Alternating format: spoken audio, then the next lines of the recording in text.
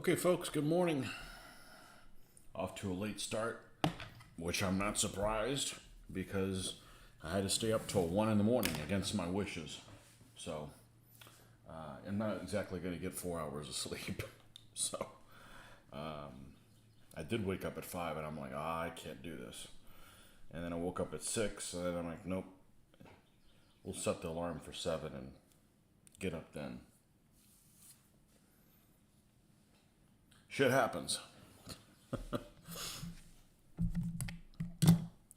Yeah, staying up till 1, that was hard too.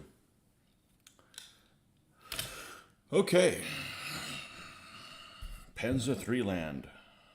Panzer IIIF. So this is what we were working on yesterday.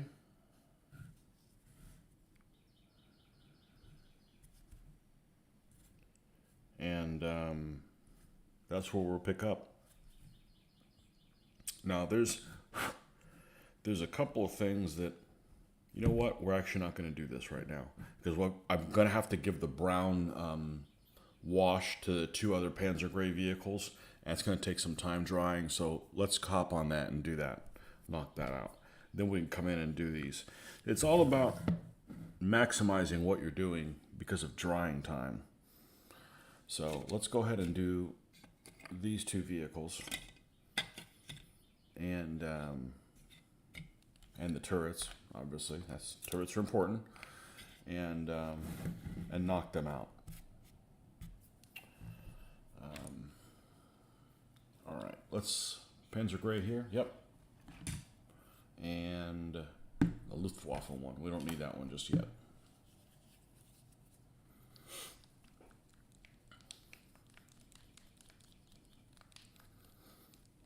So this guy's just going to be gray. This one's going to be gray with some brown camouflage stripes type thing. We're not going to put the camouflage stripes on it until we have it at this stage. After we have...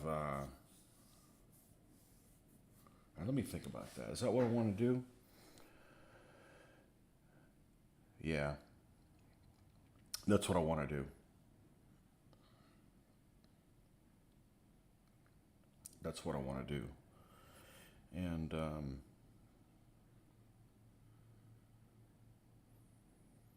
because it would have been painted Panzer Gray anyways, and then we would put the camouflage.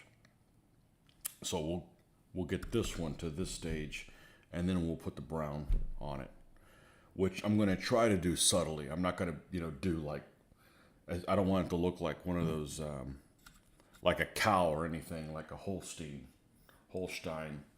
where it's not much of a differentiation between them. It's just not going to look right. It's not going to be the look I want it to have. So, anyhow, and if I hate it, I'll repaint it and leave it gray. As I've never done a German tank with brown camo on it, but I've seen enough of these that these kind of came out in the time period where they were experimenting with camouflage. They did some camouflage pre-war, and then I haven't read it anywhere, but I suspect it's because of their experience with the Afrika Korps and having to paint their vehicles a color other than dark gray. And it was just a matter of months before they ended up going to the dark yellow overall. So I think that's their period of experimentation. A few months before, and they seem to do that with the. Other than the whitewash, they seem to do that with the long Panzer IVs more often than not. Either green or brown. Not the red brown. It's like a chocolate brown. So the red brown that you later see in the scheme, the 3-color scheme that the Germans have, that's not the same brown.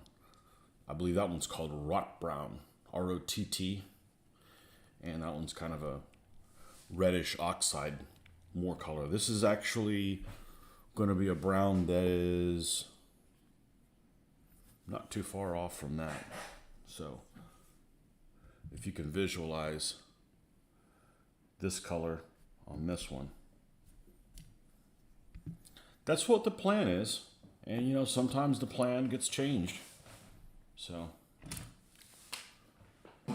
due to other factors. All right, what do I got? What did I just trigger down here? There we go.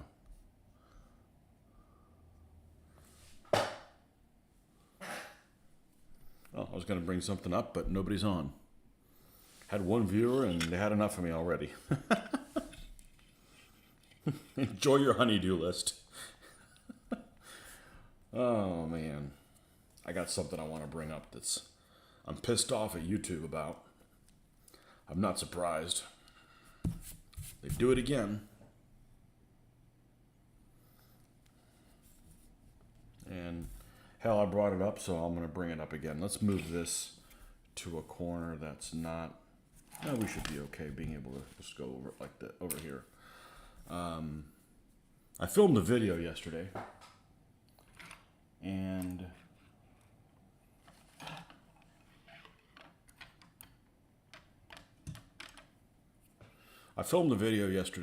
afternoon, and I edited it before I ever went on yesterday evening. So I was done editing with it over 12 hours ago, and it's still processing the effing video, which, you know, I can't do videos like Little Wars. Okay? First of all, I'm, you know, as far as that detailed and everything. And the other thing that they like to do, and I just noticed this recently, is they just did a preview video of their next season. Came out about a week ago.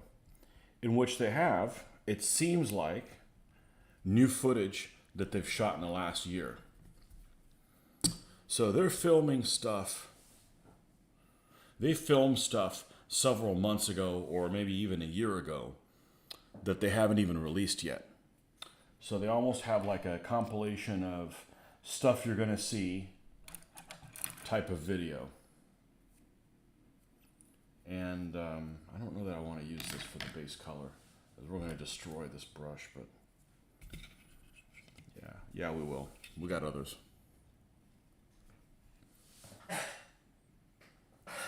So, you know, I'm not knocking them by any means. They do great thing, but they also have this patience that I don't have.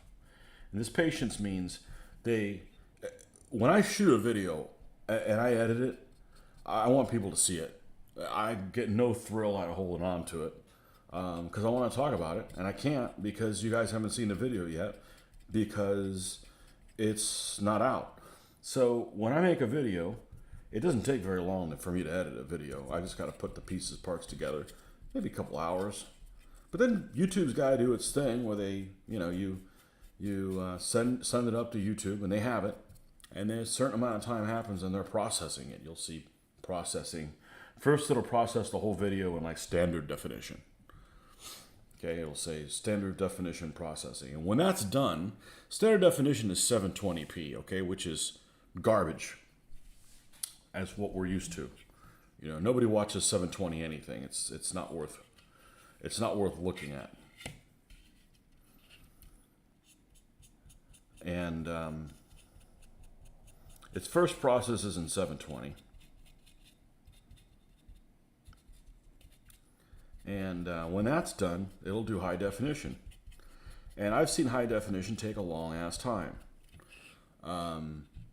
So standard definition processing for a video that's about half an hour long will usually take maybe 15 minutes, maybe.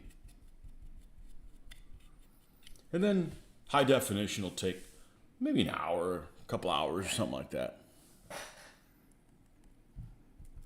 So because this video is outside, I decided to do something different and try to provide better looking content for you guys, and for me too. You know, I want stuff to look nice. I decided to upload it in 4K because it's a short video. And I don't think it's necessarily because it's in 4K, because it's still 12 hours later is still processing in high definition. Standard definition was out in no time. I could upload the video. Well, the video has been uploaded. I can send you where the link is and you guys could check it out. However, you're only going to be able to see it in 720, which is like kicking me in the nuts because I went through all the trouble to do it in 4K. So you guys don't get to see it, okay? You're going to see it in 4K or I'm not going to release the video because why did I do all that extra stuff? But you can't even see it in 1080.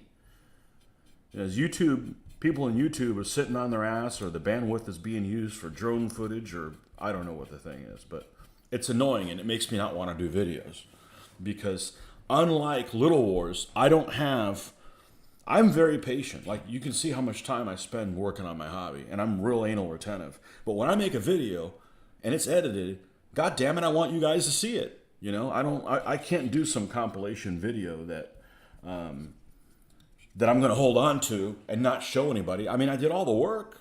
You guys might as well enjoy it, right? No, so who knows when the hell it's going to be out. That's really freaking annoying. Really freaking annoying. But,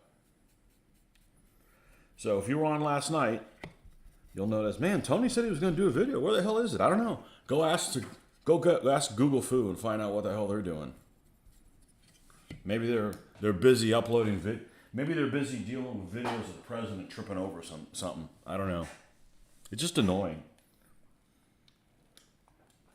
Like I said, I get it. Okay, 4K. It's going to take a long time to do it. I've never done a 4K video. Okay, maybe I don't need to do them anymore because it's going to take It's going to take like 3 days to upload or not upload. It's been uploaded. It didn't take any longer to do the processing, to do the YouTube processing that YouTube does.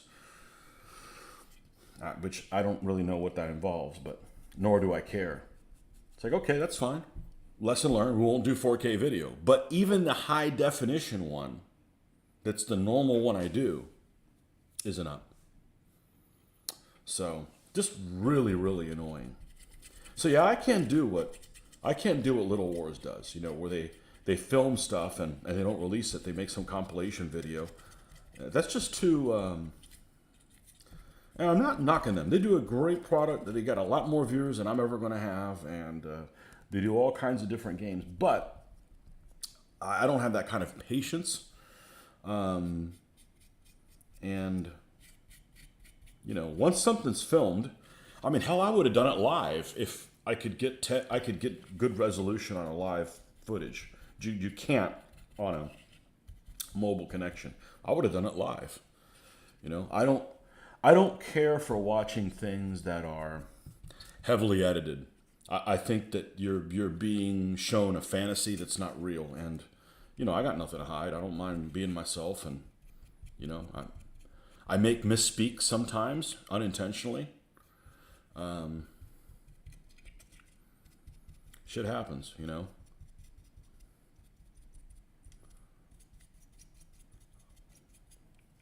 So, who knows when that's going to be out. So, all right, bitch fest over. It's just annoying, you know. It's just annoying that I want to get you guys stuff, and it's there. It's just YouTube's dicking around doing bandwidth for something that's not as exciting. Not as exciting maybe for my audience, but oh well. To be continued. I figured for sure, I'm like, okay, I thought it would have been, you know, I did a video session yesterday. I figured, okay, maybe by the time of the video session, it'll be done. Nope. I thought, all right, well, I'll go to bed. Certainly when the time I wake up, it'll be up. Nope. I'm like, what the hell are they doing with it? You know?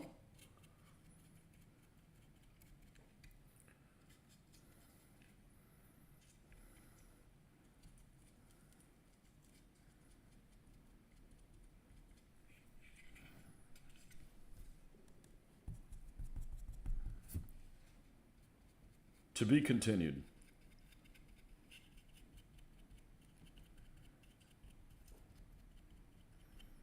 It's not for me. I've seen it. I was there.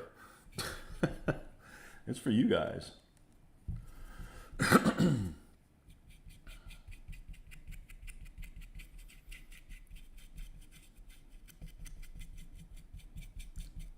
So hopefully it will be up before I have to go to work.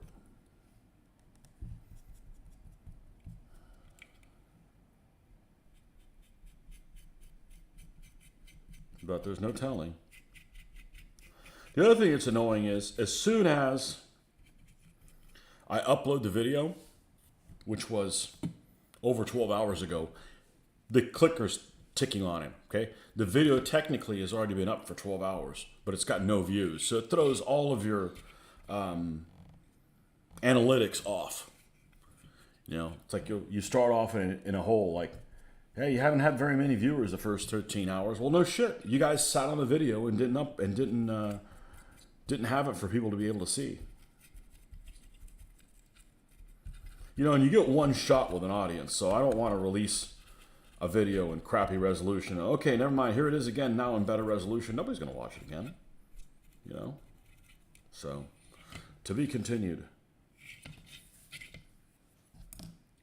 Painting Nazi tanks, and I'm getting angry about it.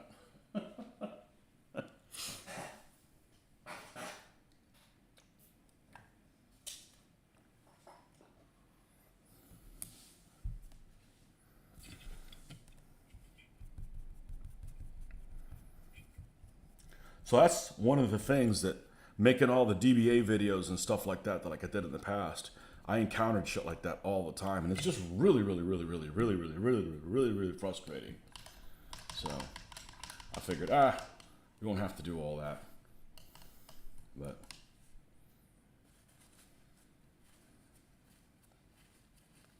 won't be doing any more of those.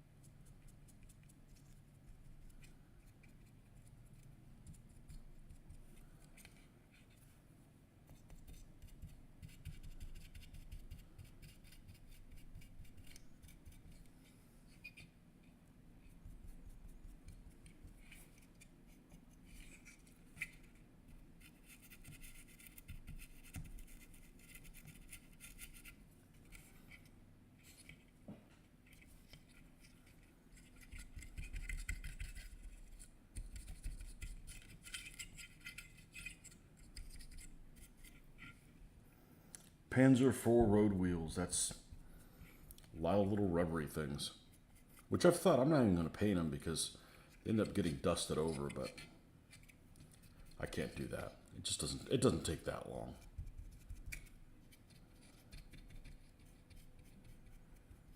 It doesn't take that long. And you only have to paint them one time. Once they're painted, that's it.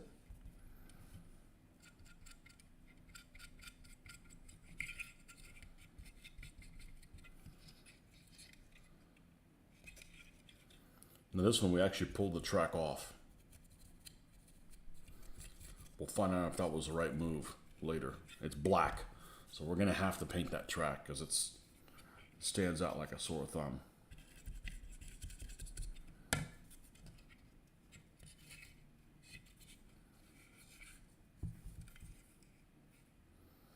Probably my least favorite thing about building tanks when you build these is you've got, normally the construction is you've got this one piece hull that may or may not have this plate on it, but usually it's this whole center section, and then you've got to attach the long sections here that end up having all the road wheel pieces attached to it. And if any of those pieces is flexed a little bit, you're going to have trouble gluing it. So you've got to use like rubber bands. And I don't enjoy something being that difficult. It shouldn't be that difficult. So I know some companies like Plastic Soldier Company, they don't have a multi-piece hull like that. I guess it'd be the same thing if you're doing like ships, right? Ships, they sometimes, I remember they used to make them in two halves. And yeah, if one of them's flexed a little bit, then you've got to rubber band them together. And the problem is they're only attached on one side. So you've got half of it is hollow. And if you rubber band it too tight, it's going to actually pull apart where you want it to. Just, you know, it's just something you shouldn't have to do. But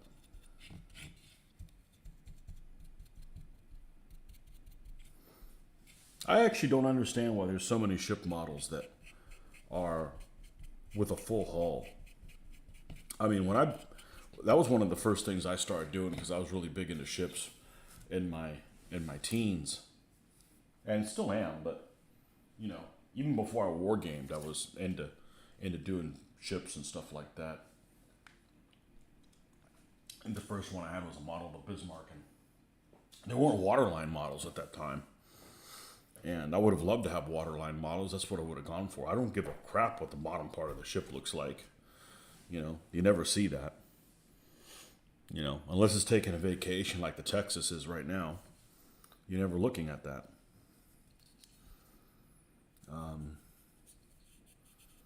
I may... Do you have any that stick 'em handy? I may put this on something so I can grab it. I don't really need to super glue it. Let me use half of this. Use half for the other turret. So I would have loved to have done waterline models when I was a kid if they were available.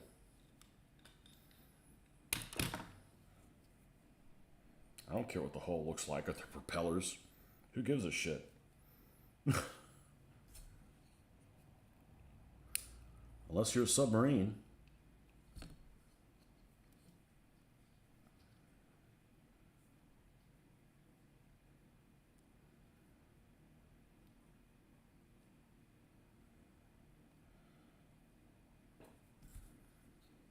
It's just strange. The bottom of it is solid.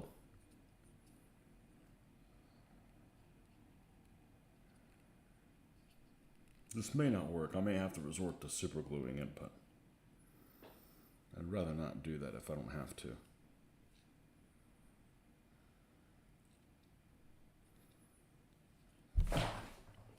Okay, we're super gluing you. Bastard. Do you have two of these handy? I think I do. Here's the other one.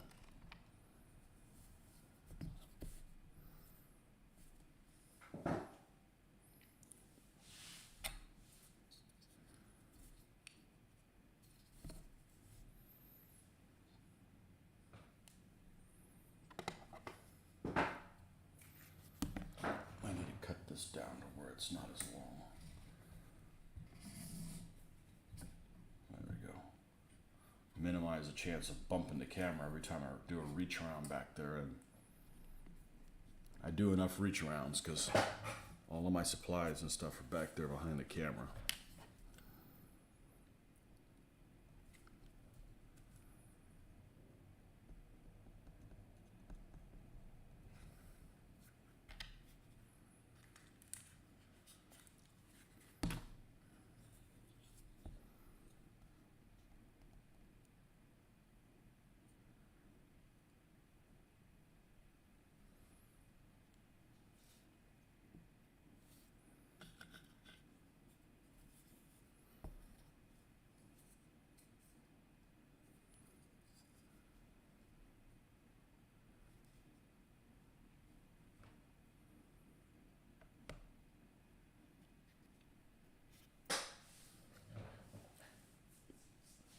Man, everybody's slow coming on today. I guess I shouldn't have slept in. Well, I needed to. I can't go on 4 hours of sleep. That would be bad.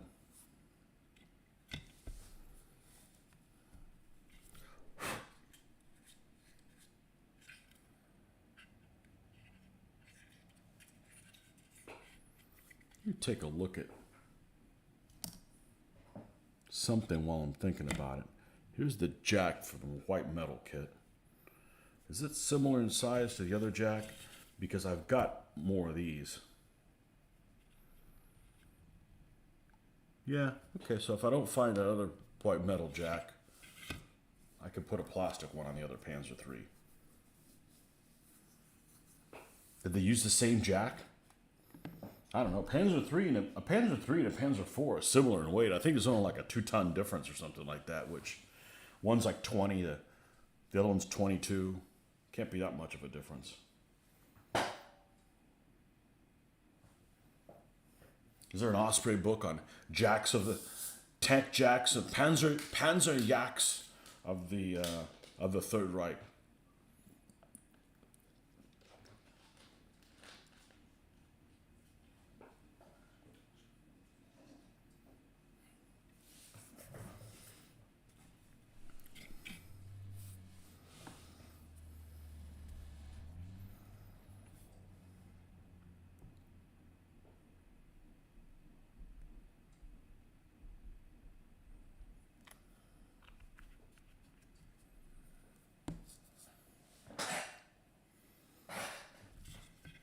Good morning, folks, for you guys that are just joining us. Of course, I didn't join just that long ago either. Yeah, the ends of this are just, they get destroyed. Well, it's a cheap-ass brush.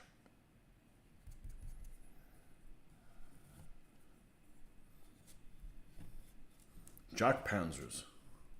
Yep. Panzerjacken. Don't give Osprey any ideas. They have enough stupid wearaboo titles. Maybe Osprey was the one that started the wearaboo movement.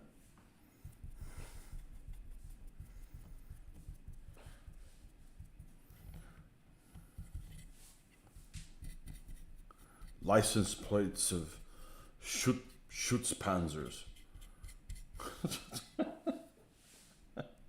Not Schutzpanzers, Spa-Panzers.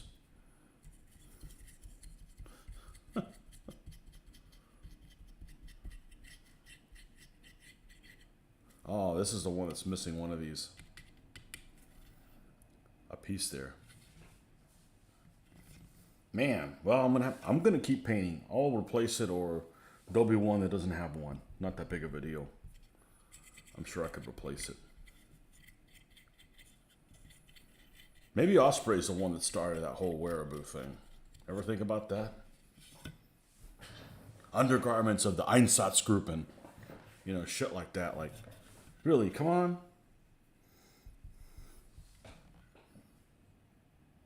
You love that term, don't you? It's weird, man. It just reminds me of something from Winnie the Pooh. Good evening, 8 p.m. All right. Your store's closed, right?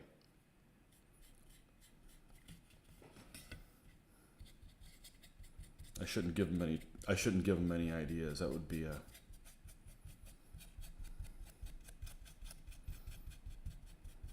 So I go to this bookstore, okay? I go to this bookstore that's like a used bookstore that's massive. I was gonna do a film. I was gonna film it. I'm like, nah. And I got there right when it opened. It was already full of people, and it's kind of an alternative. There's some alternative type people that go there, and I don't need to get alternative people on video. But anyways, I spent several hours there alone without somebody telling me, hey, you got about an hour in there. So I had plenty of time to look at everything. And I was just surprised how much SS shit was there. You know, it's like, I don't have a problem necessarily with SS stuff, but, you know, other things are important too. If you have a section on the Eastern Front, you know, there's got to be some kind of a balance of different things, but too much SS stuff, you know. I don't like those guys. And they weren't necessarily going after my people. But, yeah, after a while, you're like, enough of this.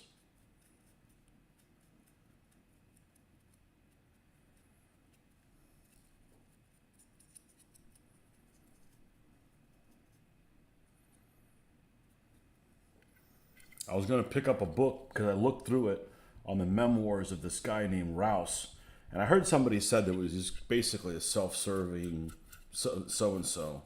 And I'm like, I don't really want to read something that's so freaking biased. More biased than, say, even like von Manstein stuff, which I've never read. Because I think it's extremely self-serving and biased. So I ended up not getting it. I don't want to read things that I know right before I even start reading it that it is already throwing a certain viewpoint out and ignoring another. It's just kind of like a waste of my time, you know. Like I could go to the fantasy section if I wanted to.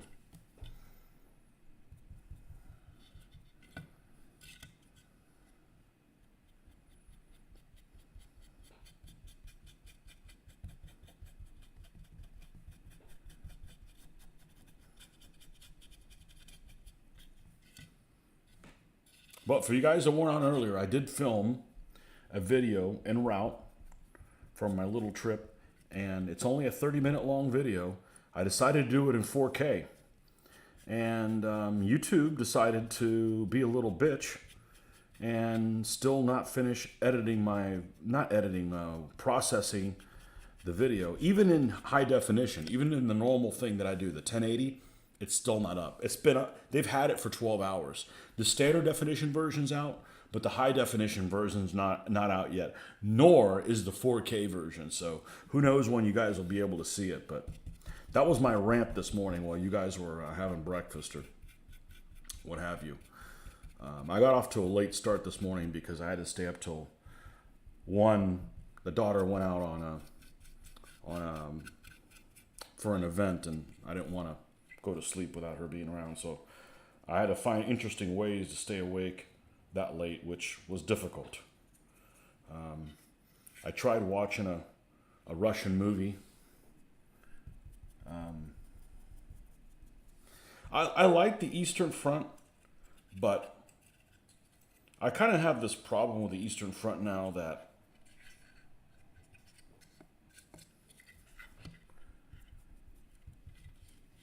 I didn't used to have before.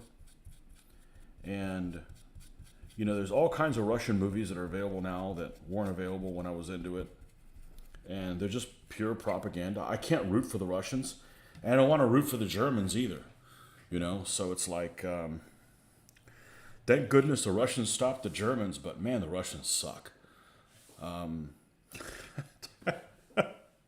Oh well, it's just a game. Thankfully.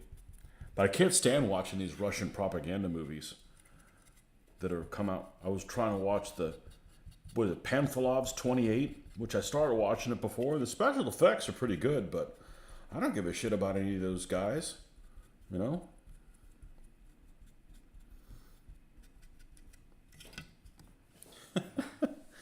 You sell more Wehrmacht stuff in the store. Yeah, well, they had cool looking things. They were rat bastards, but they had cool looking stuff. You know, they're a master marketeers.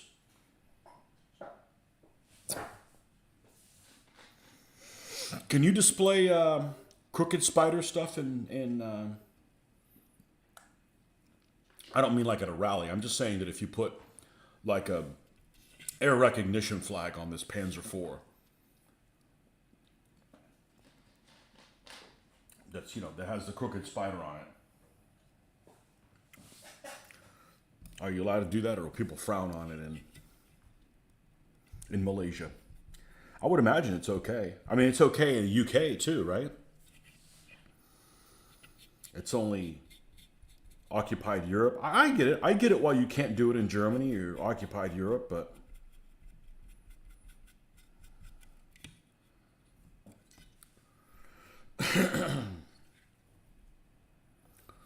I may do one in an early vehicle. I don't know how I'll handle filming it. I don't want to send the wrong message. Well, it would be a new person. People that have watched me, you know, I'm not. I got to go out of my way really to point out that those people sucked. that regime sucked every time I talk about them. But it's not something you necessarily have to do, so I may end up not doing it, but on early 41 stuff.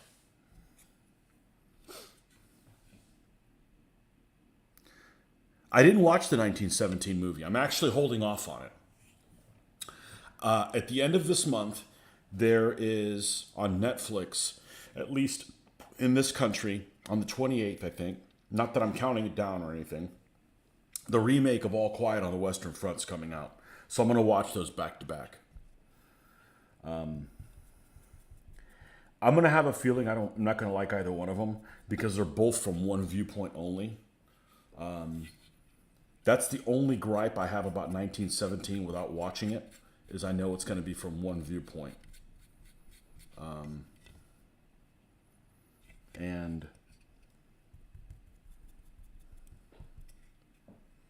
over here, you get folks who don't understand it at all, and the young run around and swat. Really? That's just bad form, man.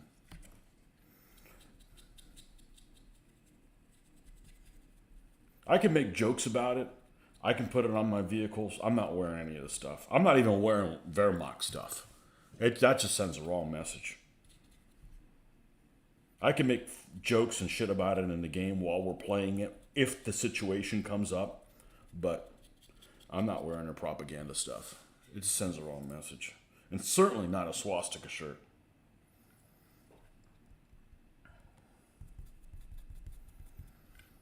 But, I don't want to build a Messerschmitt model without it on the tail. You're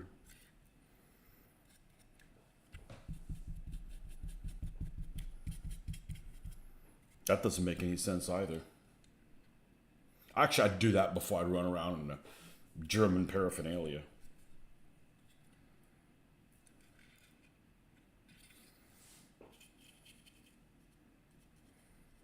But they had cool looking stuff. Too bad they were, that was some evil shit.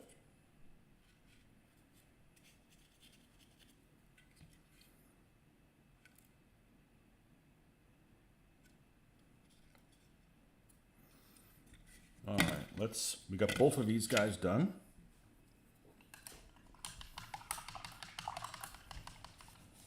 And that's actually specifically one of the reasons why, when I did these vehicles, I didn't start with the Germans. So I did a bunch of Sherman. Actually, we did some Russians.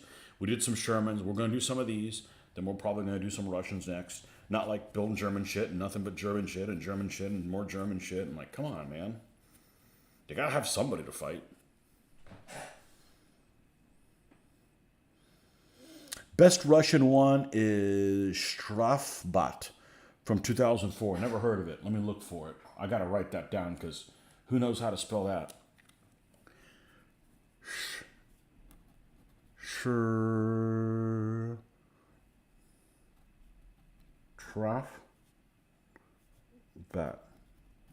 2004. I actually didn't mind T-34. The story sucked, but the special effects were right down my alley. That and that German didn't need to have that freaking beard. Like, who the hell do you think you are? A U-boat commander? I mean, I get that you may be that unshaven, but your uniform shouldn't be that clean then,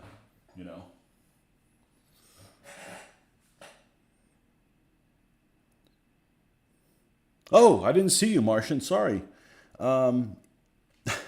There's a huge issue about that on the plastic modeler scene. Yeah, it shouldn't be an issue. It's not an issue for me. I'm not building Nazi planes without a swastika on the tail. It's inaccurate.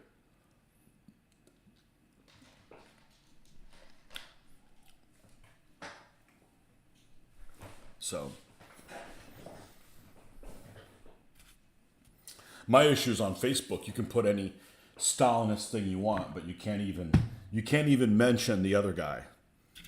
Which, I don't feel like I need to mention him all the time, but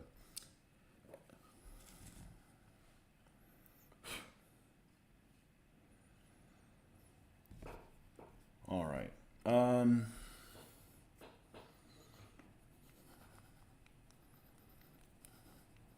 I have a set of decals. I have them down here. That was a It was a model. I don't remember who made it. I think it was somebody that was European, maybe Polish or something like that. That I got a long time ago, probably around 1990, 91. And it was a Dornier bomber, but it was the one that was in Battle of Britain was the 17Z. This one would have been, I think, an E, the flying pencil one that was used in Spain, and it has decals for the Spanish Civil War, which is just a white circle with a black X through it. And then it also has decals for, because they did use them early war. The 17 served a lot long. The 17Z served a lot longer than this one. And I'm thinking it's the E. It may be the D. I don't know what it is. It's a sleek looking plane, which is why I got it. And the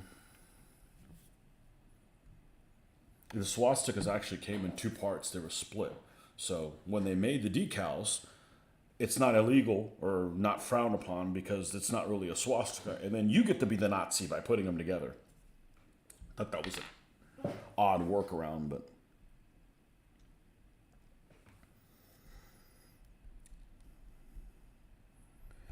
I think that's overly sensitive. But then, I really don't think that there's people running around wanting to resurrect that stuff, and maybe I'm wrong.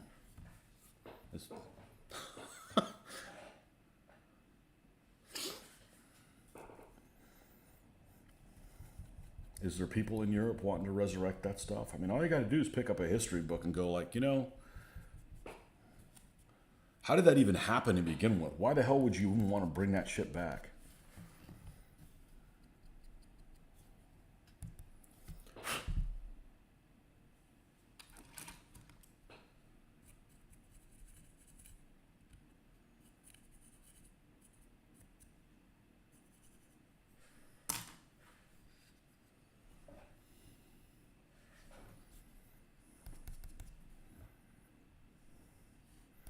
But I'm watching these Russian movies and I just can't root for the Russians. I'm not rooting for the Germans either, but I just can't root for the Russians. So I just kind of watch it and don't really even care what happens. I watch it for the special effects.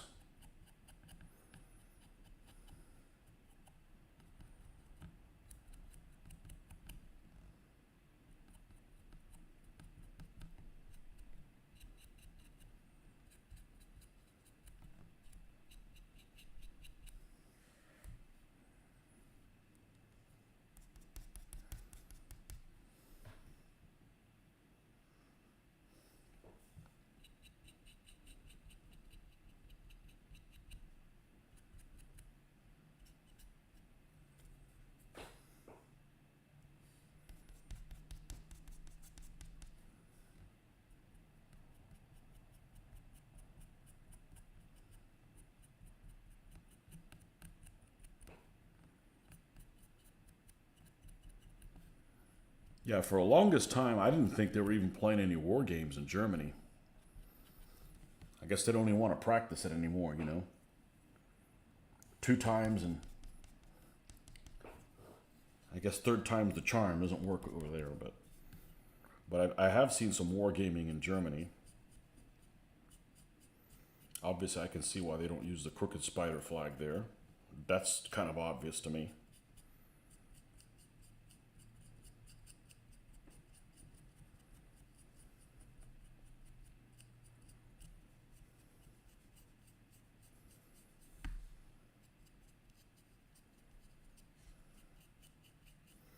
But then weren't they using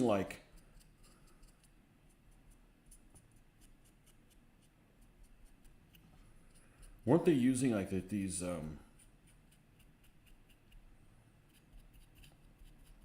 deviant type of events? Since they couldn't use the Nazi flag in Germany, weren't they using the Imperial German flag instead? Which sucks because that's a freaking cool ass flag. The white, the Prussian inspired German Empire flag. That is a cool freaking flag.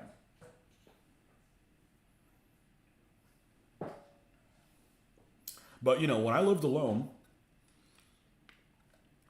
I don't have any pictures of them, but I have them somewhere. I have a box of flags, big 3x5. Here we go. Let's paint a target on myself. I lived alone. I had a room that was maybe 15 by 25. It was the loft. It was supposed to be the master bedroom, but I lived alone. That was the wargaming room. And it had all these flags all the way around the room. And I had a British one. I had an American one with 48 stars because I was big in World War II. I had an Italian one, even though it didn't have a little shield in the center. I couldn't get that one. I couldn't get my hands on that one. I had a rising sun. I had a crooked spider flag. I had a Soviet one. Did I have a crooked spider flag? I don't remember. I know I had the German eagle one. Anyways, but they're all on the wall, and they're all there. It's not like you only have the ones from the bad guy side. It's not a big deal. That's what we're playing. We're playing World War games, and I thought it was pretty neat. I don't know what happened to them. I got them somewhere in some box or whatever, all folded together. They're all nylon and everything. Actually, the British one's actually really nice. I think that one's actually cloth. That's the first one that I got. And the Union Jack. And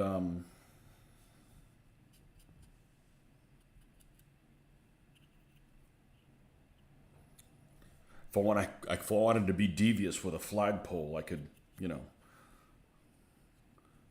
wake up one morning and switch flags and have something really interesting on there. But no, I'm not a trouble causer.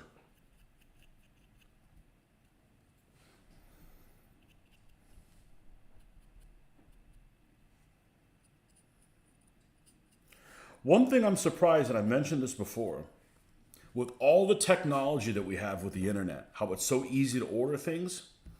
And I used to work at a hobby store in the early 90s. You would have catalogs of Hasegawa or Fujimi or Tamiya. I still have to get the Tamiya out of my head. We always called it Tamiya. Tamiya. And see what models they made so people could order them. You don't have that now. There's no Hasegawa site because in the last 20 years, I haven't followed these models. They've come out with new stuff. Like, Tamiya has 148 scale tanks that they didn't have in the early 90s. They just didn't have them. There's only one company that made 148 scale tanks. Not that I ever wanted to build any in that scale. I want to say it was a company called Nitto, Nitto. I could be wrong, and now they make 148 scale tanks. So I wanted the other day, like, okay, let's find their site and see what they make. And there's no site for them. I just find it really strange. Like, why not? Maybe because they're not selling directly to the public, but I don't know. I thought that was really strange with all the stuff that's available all the time for people to get information. It's very strange that that's not available. You think German games tend to either use the Imperial flag or the Kriegsmarine one with a little swastika replaced by either a Balkenkreuz or the Maltese cross? And I think that's reasonable. You're still using the same colors. If you play, what is it, Panzer General or something like that, I think that's what they did. And I think that's reasonable. You still get the colors of the Nazi bastards without, the actual thing, I think that's reasonable.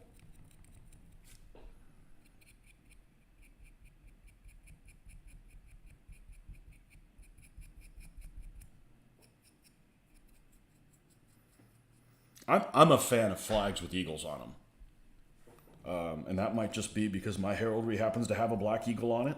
So I'm partial to that, but Austrian, Russian stuff that has, an eagle on them, I'm a big fan of that. I like how it looks.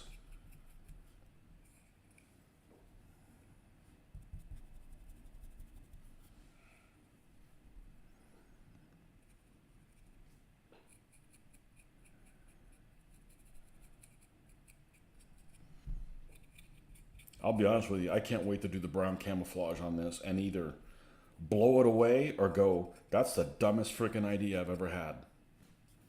It's going to be one of those two things, I'm sure. I have a feeling I'm really going to like it because, and I'm doing it as a challenge. You know, just like at some point, I got little SS bastards to paint. At some point, I may decide to paint them just as a challenge to see, well, see what kind of a job I can do.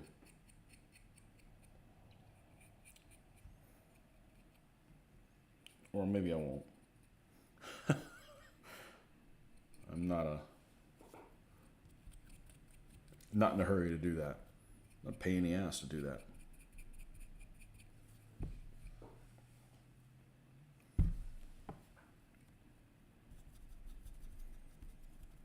But yeah, there was a ton of German books. It's like, you know, there's like a lack of like British books and stuff on World War II. But then it is a used bookstore, so maybe people were just turning in their German stuff. Maybe they were told to turn it in.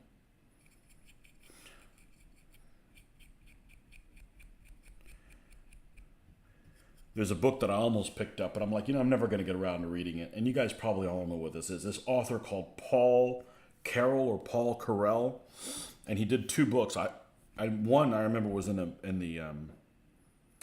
the library at my college or high school called Scorched Earth, and it's from like the 1970 or something like that. And it starts at Kursk, but it has a lot of detail like back when I was doing command decision, like good for scenarios and stuff like that. And it's a relatively old book. It was relatively inexpensive. I'm like, I'm never going to get around to reading this, so I didn't pick it up. It's available for every time, but it's got some pretty decent diagrams. So, and they had lots of copies of it.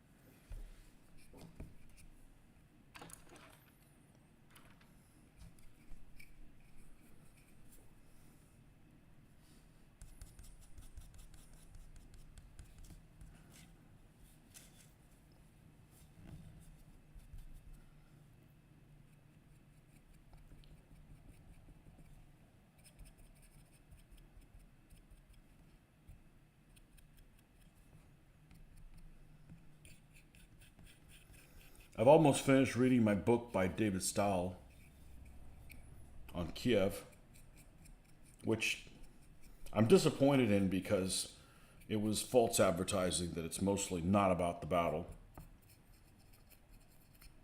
It's all about logistics and this other stuff, which, you know, I learned some things I didn't know.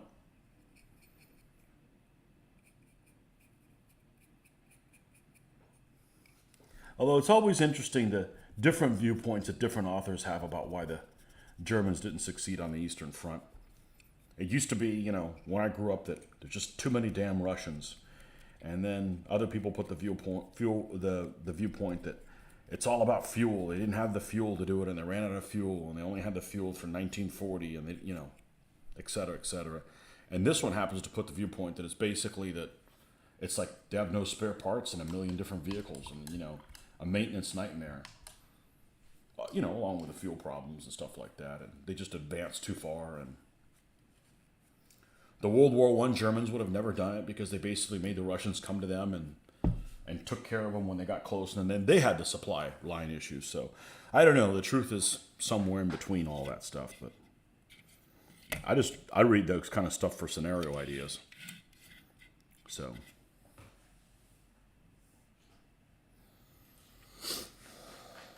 Okay, so these guys are drying a little bit. I'm going to let them dry a little. How did I miss that? I guess I need to put my glasses on to get the full picture.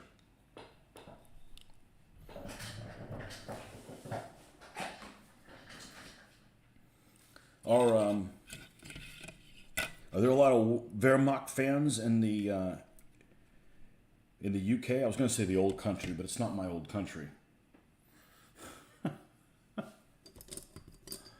I do like to refer to Britain as across the pond. I think that's the first time I heard that. I was a big fan of that. Although I prefer calling it the land of toys because that's what it freaking is.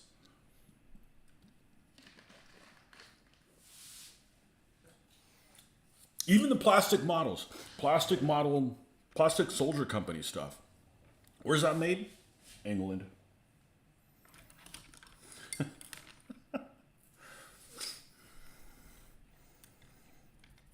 What's the deal with those people? What's the deal with plastic soldier company that they're always out of stock on things? Like, it's just like plastic models. Just crank them out, right? You got the mold. Just injection mold till your life's complete. I don't get it. I don't understand why there's restock issues on plastic model stuff. Unless it's one guy making it, and he's like, well, he's got to do something else. Man, this paint's gotten too thick. We better not use that. We're going to have some issues. Did I say plastic model company? I meant plastic soldier company. I want to get some stuff from them. I need to get some early Panzer IIIs from them, and some Shermans. What else? Oh, Russian light tanks. I don't have any Russian light tanks. Like T-70s. They make a pack of T-70s to go with the late T-34s. It's not like I need to have them right now.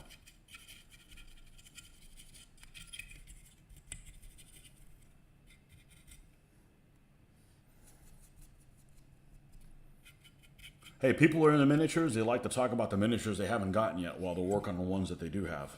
It's kind of like foodies. Like I go in a restaurant, like, man, this food's great, and then talk about other food that's great that you're not eating right now. It's the same thing.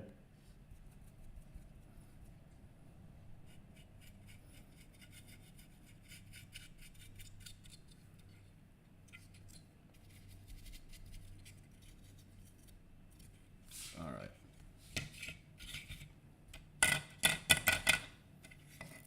Anything else?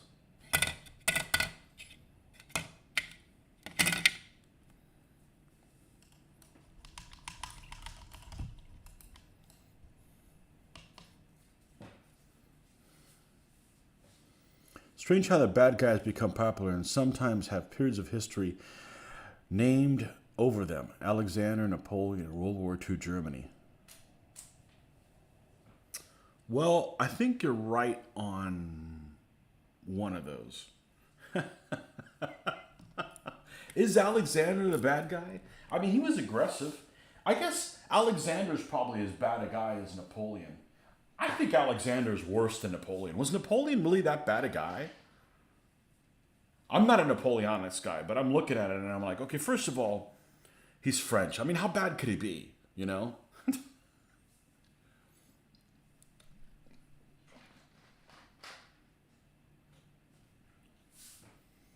don't think World War I Germany's the bad guys. I'm not saying they're the good guys. I'm just saying it's kind of like Napoleon. It's kind of like Napoleon. I kind of put him in the same light. I could root for the World War I Germans if I'm playing a game. Well, if I'm playing a game, I can root for whatever side I'm playing. But in a movie or something like that, we'll see. That's why I want to watch 1917 and All Quiet on the Western Front back to back. See which one I like better. But I didn't specifically avoid 1917. I actually tried to watch it with my daughter a couple times, and it wasn't available or whatever. So, what else is ambivalent? I guess there's a lot of wars that are... There's not a whole lot of wars that are like, one side's definitely the good guy and one's a bad guy. But, as an American, we tend to look at things that way. I don't know if it's from cowboy movies, or which I really haven't watched many of, or we had that one side's got to be the good guy and one side's got to be the bad guy kind of thing.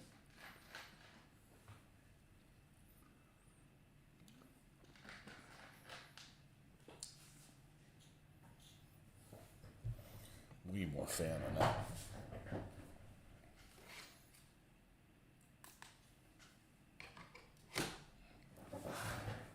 Need more fan. PSC. Out of stock because I bought it all. Okay. I can't wait to build some of their stuff.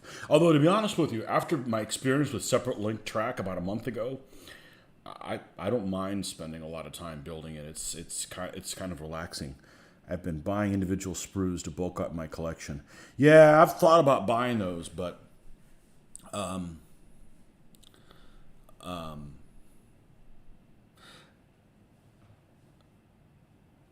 but the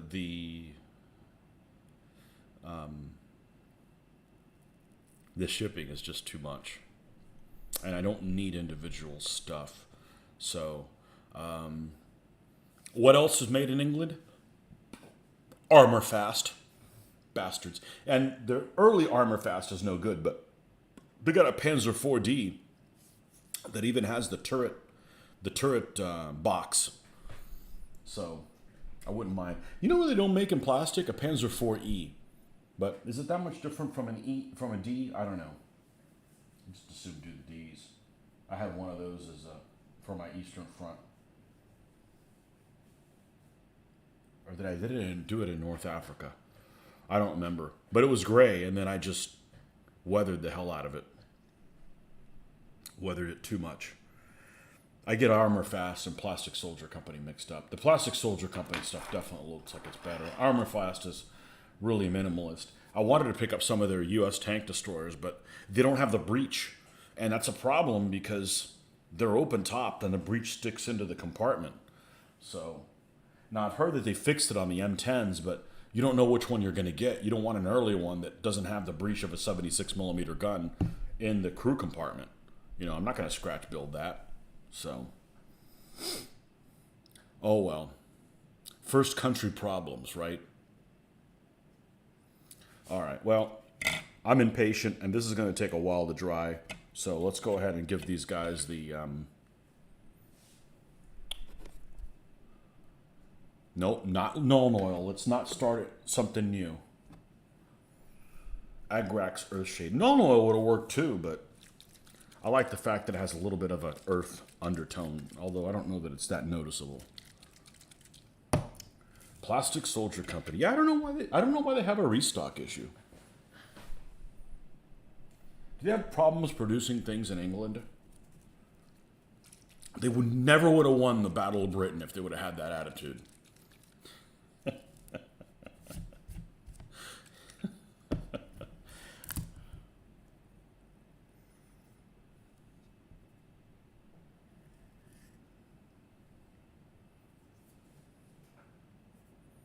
The one thing that's changed a lot from reading stuff, and I'll be honest with you, I love to read World War II stuff, but anything that's like political, I don't necessarily mean ideology. Don't confuse ideology with political. I definitely don't like reading ideology stuff. It's boring to me and not interesting. But the political stuff, like the inner workings between OKH and OKW, or this or the other thing, the inner workings behind the political machine behind the actual general staff stuff. I don't even like reading general staff stuff. It's just too removed from the part that I'm interested in. We're going to save this one for painting the clear coat on. That's what that thing's job is now. But the thing that's changed that I've read now as opposed to before is when I was a kid, there was this fallacy. I don't know, maybe in 20 years it'll change again. I don't think so. But there was this idea as a kid that was growing up in the 70s or maybe early 80s that that the Germans were really efficient. And that's... or they're precise and all this kind of stuff. And it just isn't true, man. Every stuff that I've read, it's like they're like massively incompetent and vying for supplies and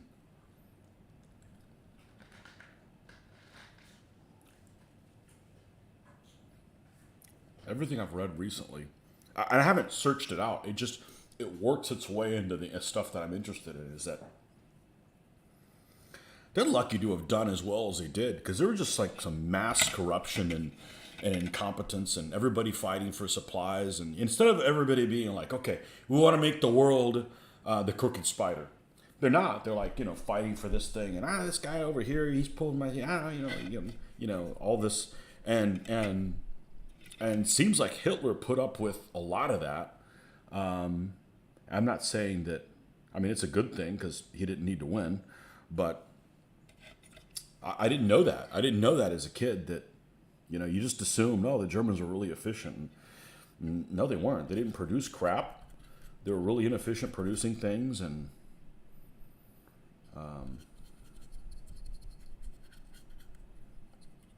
anyhow, it's kind of nice to, it's nice to go and find out information, and it change the viewpoint that you have of things. I know some people don't like that, especially with politics and stuff like that. But I think we're all susceptible to a certain amount of that. Like, I'm not going to read a book on communism and think, oh yeah, well, I'm misguided. I think we should live in the communist utopia. That shit ain't happening. But, historical stuff, I don't have a problem, reading something and it changing my views on something that I thought was one way, because I don't really have an agenda. I just kind of want to find out what really happened.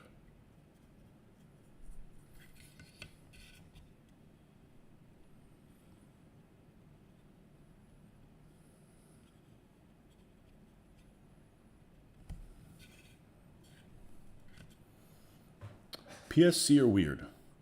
They make some 28mm plastic stoves that are incredibly cheap, but then they just stop selling them. Sounds like a Games Workshop thing. I wonder if the efficiency stereotype was wartime propaganda to explain how Germany turned out so much equipment while being under the blockade. I don't know. It could be a factor of those things, you're close to my age. The Germans are like super efficient and their stuff is really precise. Yeah, but they had no spare parts, and you go into the Eastern Front. I was reading something recently where they attacked Barbarossa and they had like hundreds of different variants of trucks. I'm like, that's extremely inefficient. Assuming you even have the spare parts for them, and they didn't. So it's like, you're just not prepared. Now, some things, in retrospect, kind of make sense. It kind of makes sense that they thought they were going to win in 6 months, because that mustachioed bastard was right about a lot of things. I think he was just lucky, They took out France in no time, But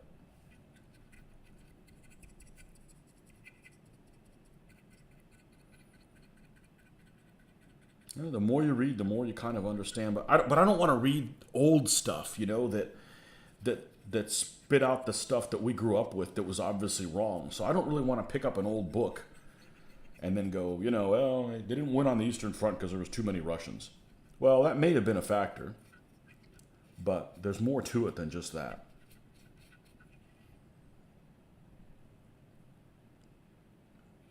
So I'm not ever going to read Manstein's Lost Victories, because it's obviously self-serving and incorrect, and only from my one viewpoint,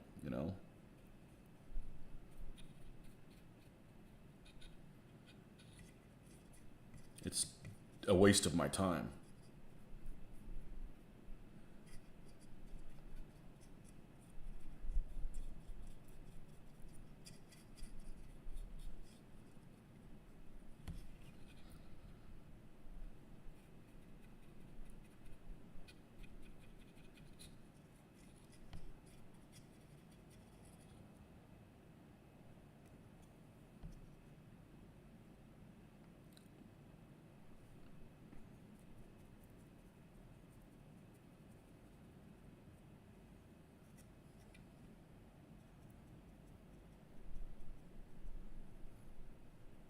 And a lot of the German stuff was really good until it broke down. And then you're screwed, you know?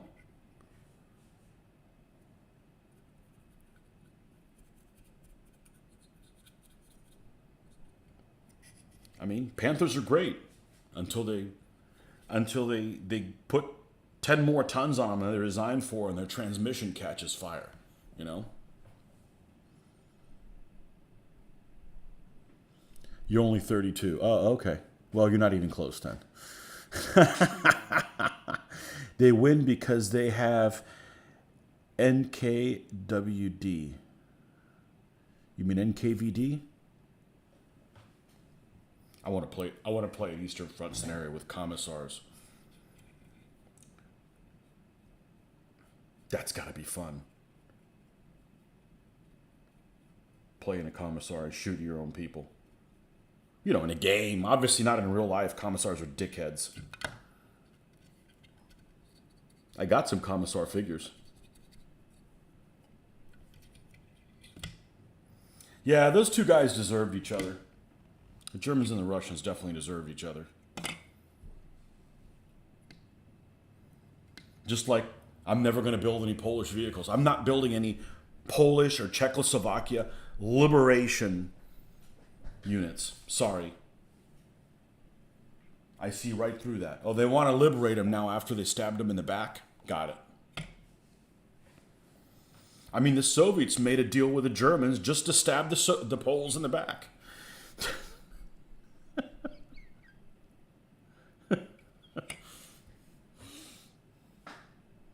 Rich from Two Fat Lardies, I know who he is. I can picture him.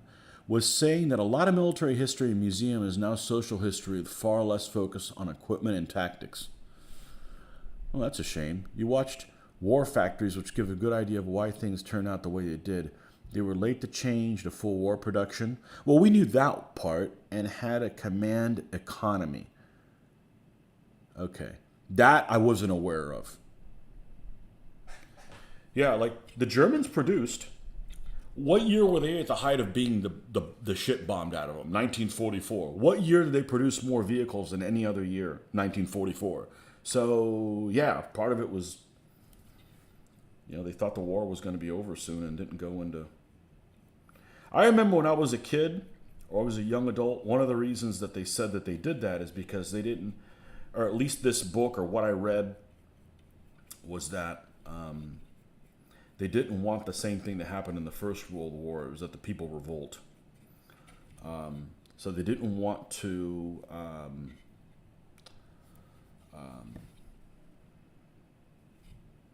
what's the word I'm thinking of? They didn't want to bring hardship on the German people from a war economy because they saw what happened in the First World War. But was that true? Who knows? What I've read is it's just like a lot of like, you know, we have limited supplies. So they have all these captains of industry, maybe not captains of industry, but, you know, guys that are in charge of different manufacturing things that are vying for the supplies, the limited supplies that the Third Reich has. So they're, you know, they're kissing up to the people in charge of the Third Reich so they get supplies. And instead of playing on one team, they're all trying to, you know, like, no, I need this to build the Mark IIIs, and no, we need them for the Luftwaffe, and, you know, I guess it's like corrupt crony capitalism. It seems like what it is, and really inefficient, and not all playing for the same team. You know, along with, you know, fighting the whole frickin' world at one time. You know, that doesn't help.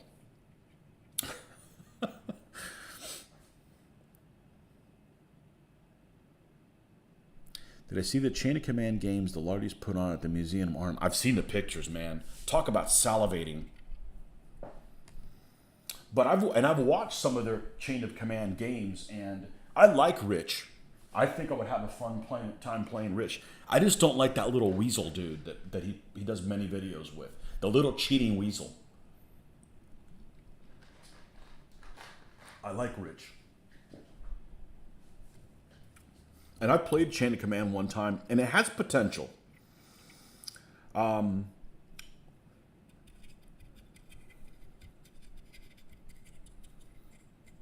As a matter of fact, if I get back into playing this game, Face of Battle, and I don't like it, if it's too fiddly, I may pick up Chain of Command and modify it and flesh it out in areas that it needs to be fleshed out.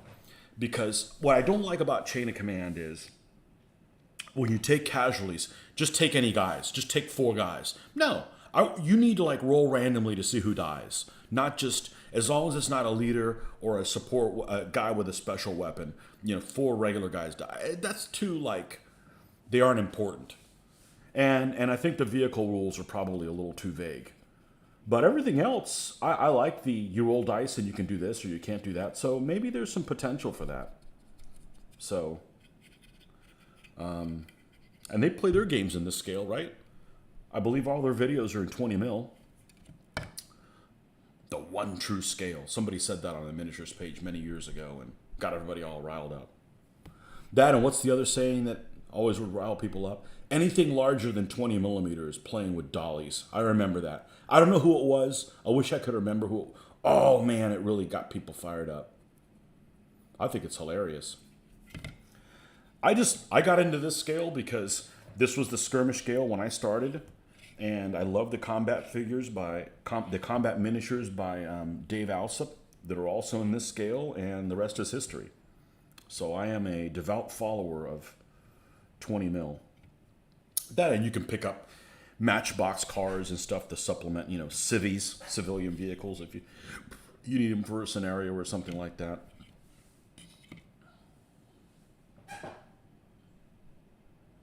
They over-engineered their equipment, which was not always suitable for mass production. There was a lot of cronyism, yeah.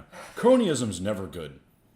And even to this day, cronyism is not good.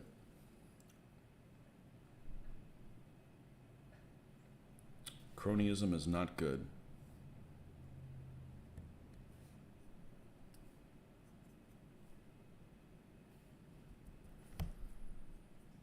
A lot of people are like, oh, it's good as long as the crony's my guy. Yeah, that's going to bite you in the ass. That shit's going to bite you in the ass. Corruption and cronyism is bad. And so's government incompetence. So maybe there isn't a solution. Maybe we're all screwed no matter what side of the aisle you're on.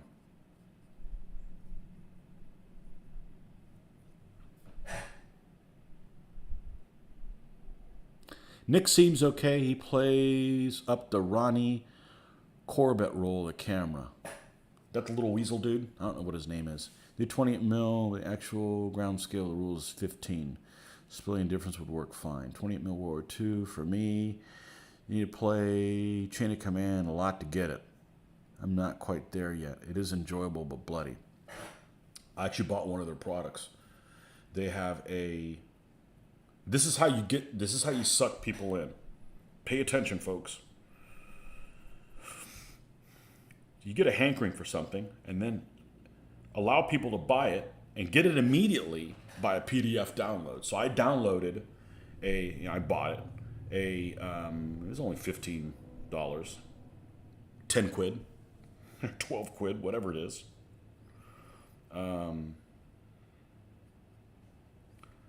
Of their supplemental scenario for Wintergewitter, the relief to Stalingrad. And I don't know why we got some little particulates in there, but I'm not particularly happy about that. All right.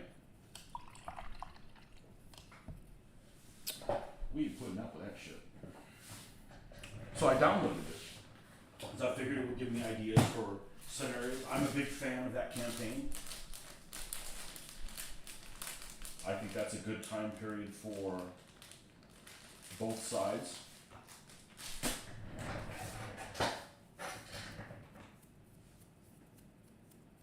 And right off the bat, find a mistake. There's supplemental things that people can have, and the Germans can have a Flammpanzer III. There were no Flammpanzer IIIs in late 42.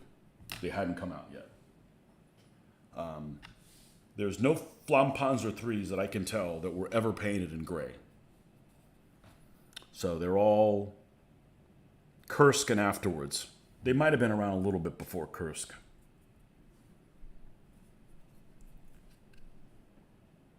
So when you start seeing things that are, I'm not going to say obvious. I am a treadhead, okay? I'm an ex-armor modeler, and I don't know everything, but I am curious about stuff and, look into armor markings of this and this of the other, And when you see something that I think is just so blatantly obvious, it makes you question everything else.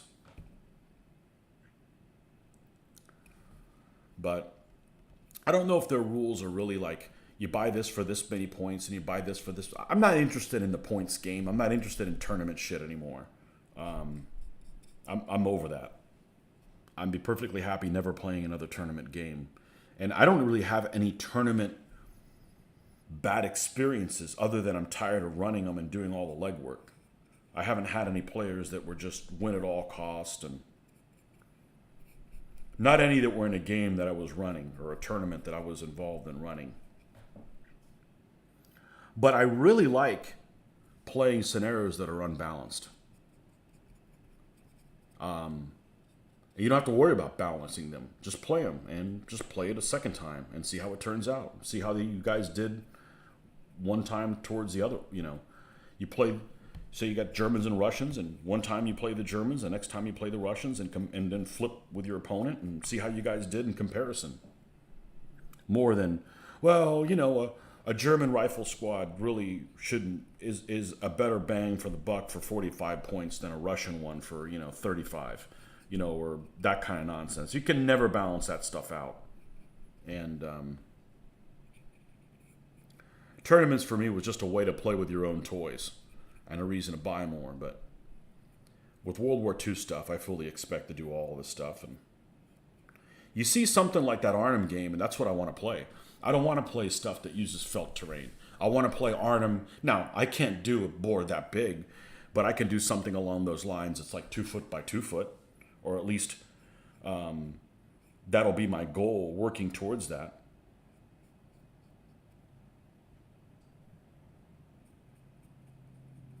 Where the stuff that's in the games that are in, what was that magazine they used to have? I guess it's still around anymore. Miniature War Games, or that's the kind of stuff that I want to play. I don't want to play a game that looks like shit. I want a game that brings history alive. And it's a period of history that I'm interested in. No, I'm playing 15, but I'm putting together 10mm forces for my smaller playing area. Then stop buying the Plastic Soldier Company stuff in 20s. I'll be right back. Let me go rinse this brush.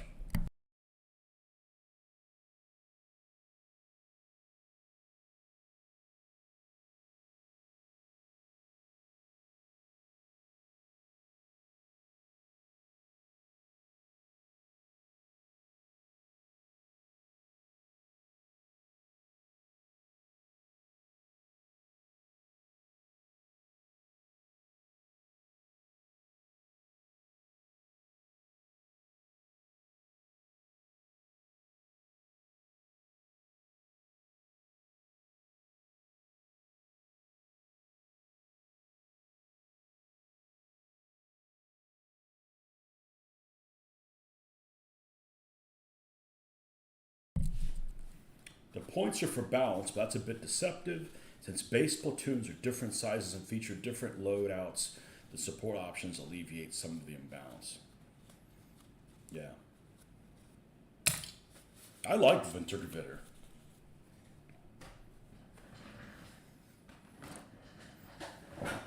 And I got quite a few vehicles that would work for that. I just don't have any infantry that would be based on snow. And I won't ever see doing that, so. It's half gone. You gotta get to the store before they change their formula. Oh, we don't make that anymore.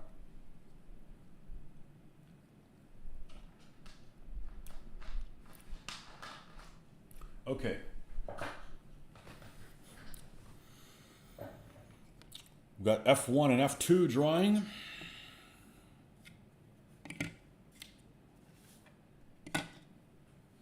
Takes a little bit of time.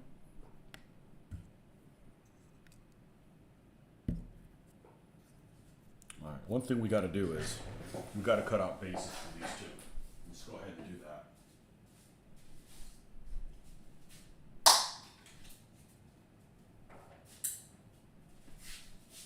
Let's see if we can get by with using a similar size as the stud. Stug, God, I'm never going to get it.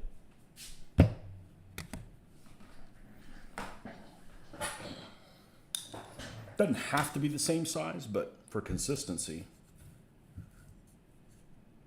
let's flip her over upside down. Let's see if this is okay or it's too much meat. I think it's okay. We'll just go with the same size as this. Now, the only catch is they've got to be the same length. So I don't know how the hell I'm going to do a panther. I guess as long as this bottom section of the tread is on the stand, I'm okay. I don't want to have to buy this stuff. And I got plenty of it in this size.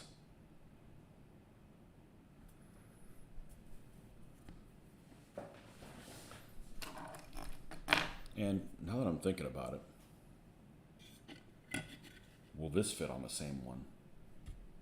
No turret on this, right? I can hold this upside down. Yep. Yep. Okay, good. Consistency's good.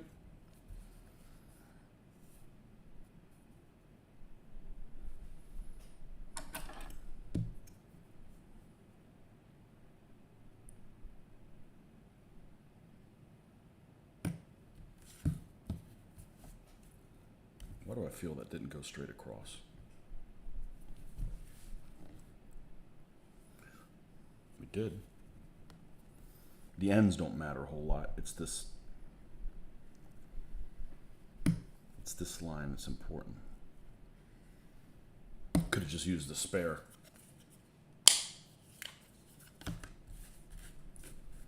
Check for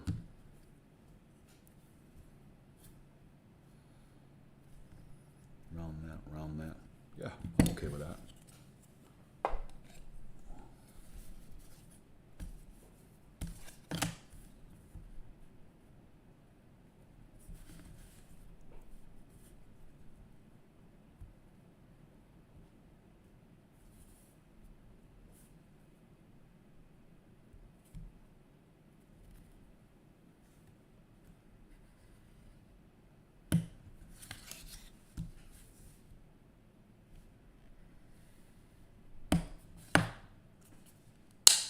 I don't know what I'm going to do when I run out of this stuff. Let's hope that doesn't happen.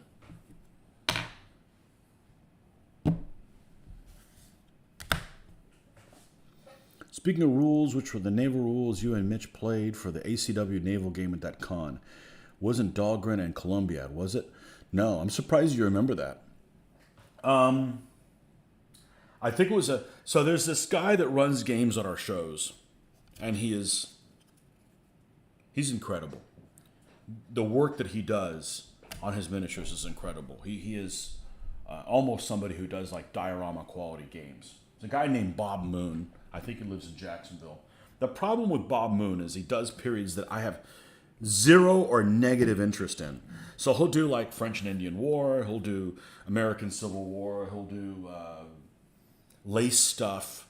He just does stuff that I'm just zero interested in. I don't want to read about it. I don't want to game it. And he was putting on this game with ironclads, and the ironclads were about this big. They were relatively large size. And I'm like, man, I got to play one of his games or whatever. Well, the game ended up sucking because it's a problem. It's not alone to his game that the same thing happened with a buddy of mine's game who was coming up with he was really big into sailing ships, and he made this wooden ships and Iron Men type period game, and it had all this realism about how close you could sail to the opposing wind and all this like realism to it. But when it came down to firing, you either fired at the beginning or the after part of the turn, and at the beginning you were in an arc, and then you moved and then at the end you were in an arc again, so you didn't get the fire again. You didn't get the fire at all, and it's like that's not a fun game, and obviously incorrect. But I think it was his homemade. I don't know what rules they were, but it was wasn't any fun. And of course, we couldn't play Confederates because you can make fun voices when you're playing Confederates. You can't do that when you're playing the Yankees. But both of our ships had casement guns, and we didn't get to fire several times, and the Union ships did.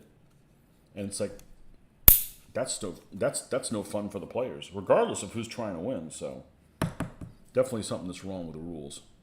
But I don't know what the names of them. I don't know what the name of the rule is, but that's a problem. That's a problem with the rule set.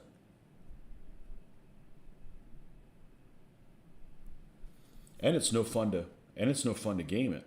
At least that's one thing I can say for DBA. You might get your ass kicked, but you're rolling as many dice as the other guy is. So you're doing as much stuff as the enemy is, even though you may be on the receiving end. So it keeps both players interested.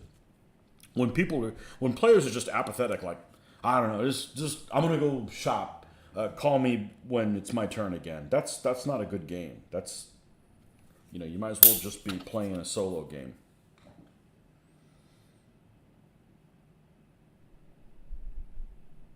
Yeah.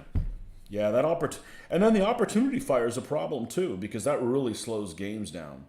So the skirmish rules, these face of battle that I play, have very limited opportunity fire.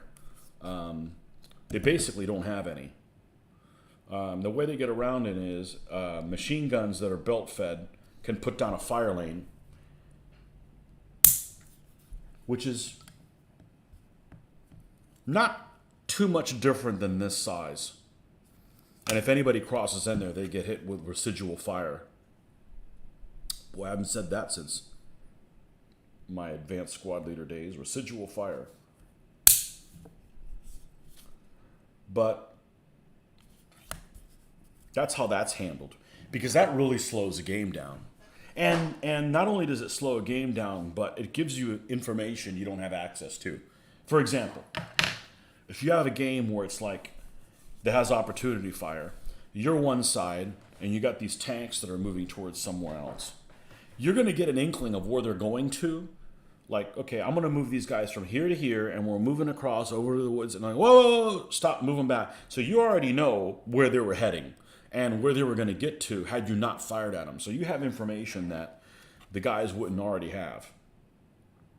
So in a way, some of the surprise of the event is you're just privy to stuff that the guys wouldn't have in real life.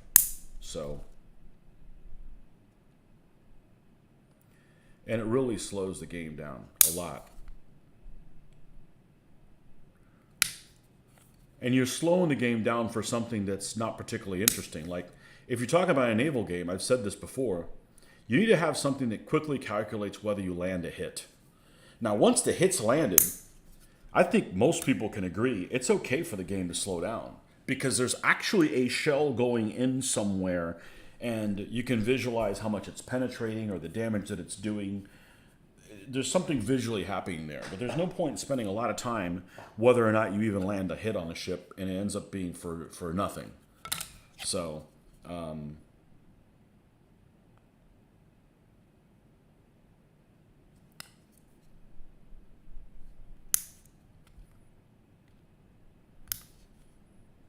at some point, I'm going to have to do a test game of one vehicle versus another vehicle. I technically could do that now with the Sherman versus the Stug 4. I think those are fairly well balanced. And just see how it plays out. I haven't played these vehicle rules. I've read them. They look okay. But these rules focus on crew quality a lot. And command and leadership and stuff like that, which is what I like to. I guess the rule test would be grab like something like this in a French tank and see how the Germans can outdo the French tank by having the command and control. Because if you play something like Rule of Tanks, the fact that you have a one-man turret doesn't mean shit. I mean, yeah, maybe you reload slow, but you're just as mobile. You're just as adroit. Wow, there's a word you never use. You're just as adroit with a one-man turret vehicle as you are with one that has a full crew, because you as the player can still see around you and everything. So you don't really get the differences on a tactical level between those two weapon systems. Today's word is adroit and residual fire.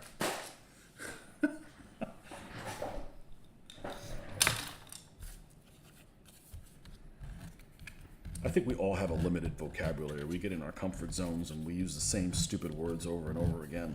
And sometimes it takes reading to maybe open up the valves of our consciousness to use. Boy, what am I drinking? Coffee. Vitamin for the brain. To use some other words that are normally outside of our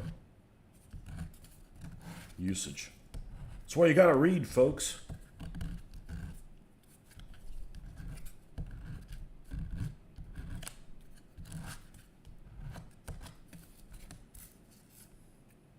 But, you know, I play war games to learn more about the period. So if this doesn't seem like I'm learning about the period, then I need to zoom in more on the war. It just, you know, that's why I play them. You know, if it was just a game, oh, I like the game just for the gaming's point. Okay, we'll play Yahtzee. You know? Which isn't horrible. You're still making decisions.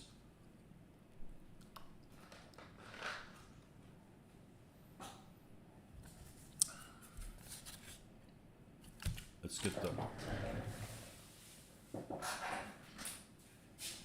magnetizing stuff. Yeah, that was a terrible game. But he puts, you know, it was a good looking game. It wasn't that good looking because the miniatures look good, but, you know, it's naval, so there's not any kind of terrain. But his French and Indian War stuff boards, he does some amazing stuff. But he's always doing periods that I'm not interested in. In scales, I'm not interested in, because he'll do like 40 millimeter and shit like that. He's done like French and Indian War in 40 millimeter, which is a lot of painting. It's not like this guy takes the easy way out, like, oh, I don't want to paint that many. And he supplies everything for his games.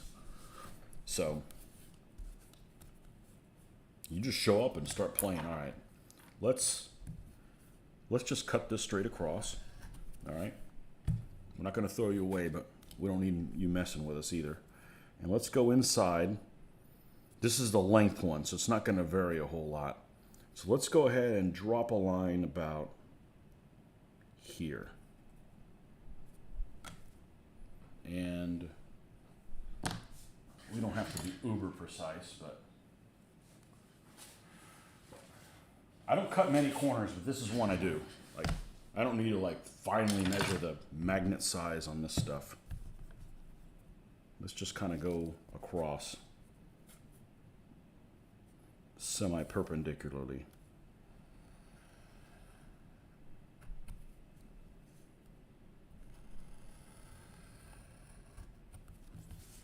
And I got tons more of these sheets, but there's no reason to be wasteful if you don't have to be. You may need a little piece one time and you're out. And then you gotta wait till the order comes in. All right, let's go inside this a little bit, because we don't want to round the corners off on this stuff. About there. Okay, this should fit inside there nicely. We'll do the same thing here. Look at that. I can get two pieces out of this one.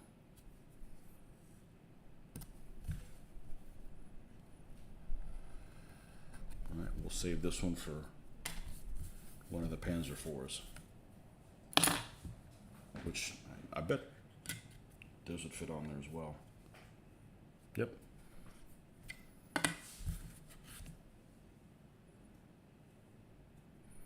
Yeah, that was a memorable game that sucked. I don't think they can't all be winners. But it does make me question, like, did you even play test your rules?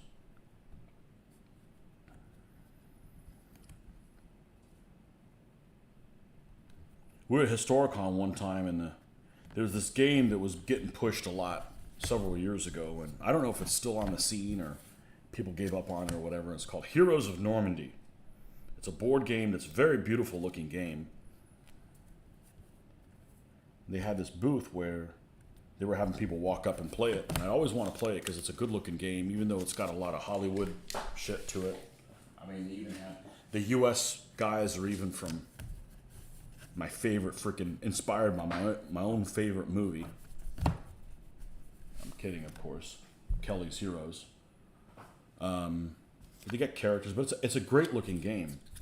But we played it and we found so many mistakes with it. We're like, the person running it, like, well, what about this situation? What about this situation? And they're like, well, we never had somebody do that before. I'm like, then you never had somebody try to break the rules, I know how to play World War II shit. Why wouldn't somebody have tried to do this before? And I'm just wondering, are people playtesting this stuff enough? So, I mean, I'm kind of playtesting something right now. Hint, hint, nudge, nudge. Not for publication or anything. Not for a charge. And it's going to take a long time. It's going to take a long time, and I'm taking it in extremely small steps. And it might take 5 years. It might take 10 years. But you're going to do it right. It's not going to be this, well, we never had that happen before.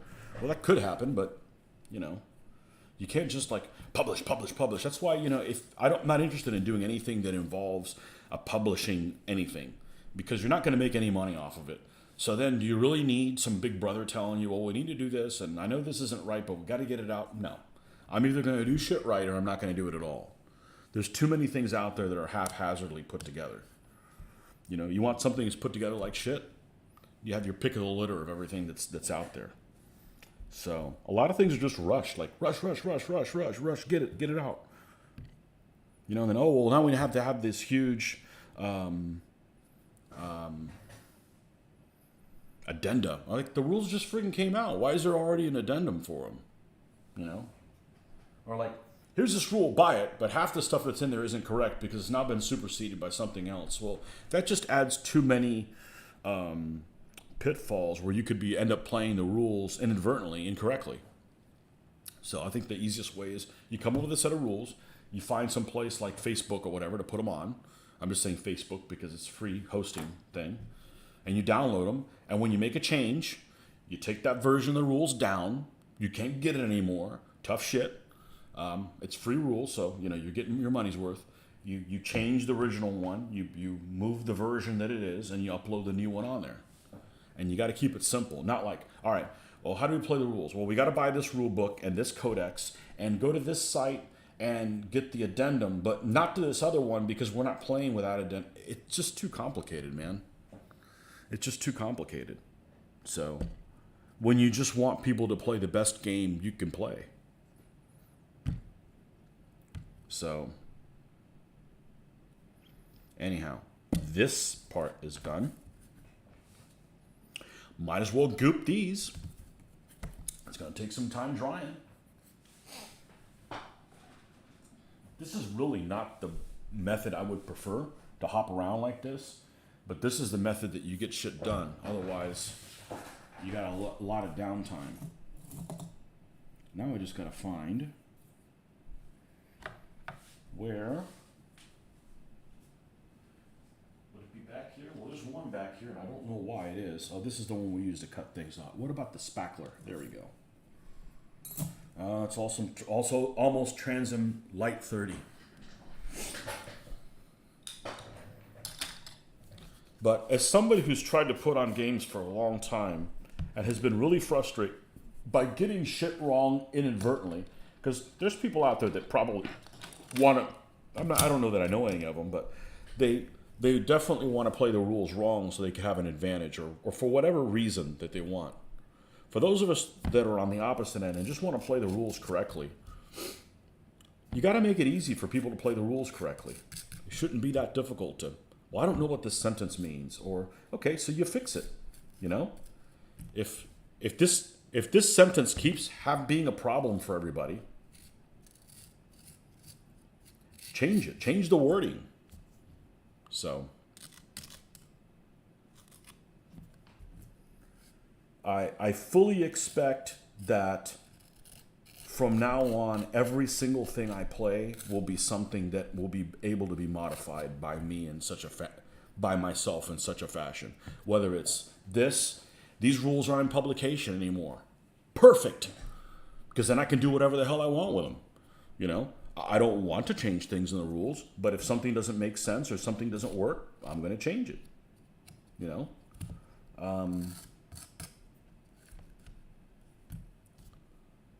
They shouldn't have made them go out of print.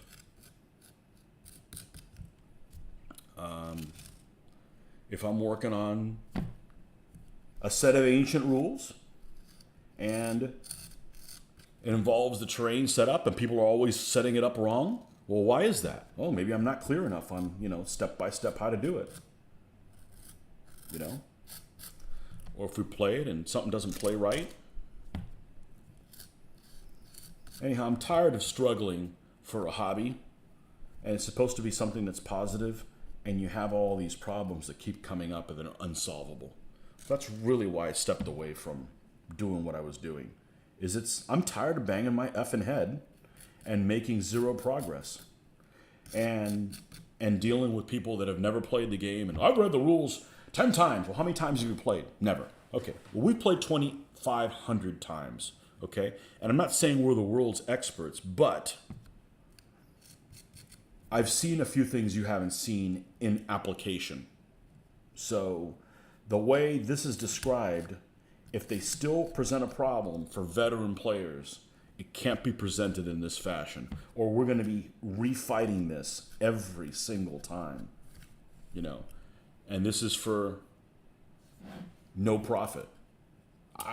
Even if it was for a profit, it wouldn't be worth it, When you're fighting over, when you're arguing, it's not really arguing, but if you're still coming up empty-handed after playing a game that many times, it's just a sense of frustration,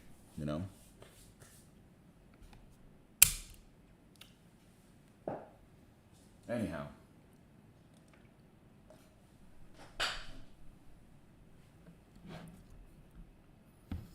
And you got to be fair, too. If I come up with some mod or change from the face of battle, you can't just say, hey, here are these rule sets. I came up with your own. It's like, dude, it's obvious that the guy who came up with face of battle, which I believe his name is Michael Ball from Canada, you got to give him credit. And oh, I came up with these all on my own. You dishonest bastard. Is there that many dishonest people in the world? The answer is yes.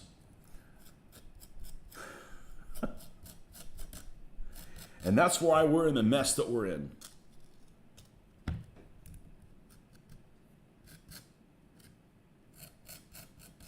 Is honor dead? Mostly.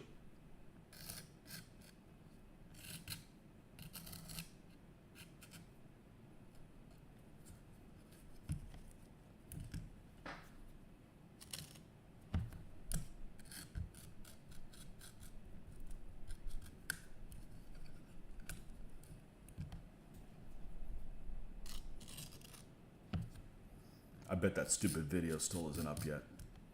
I hope the 4K was worth it.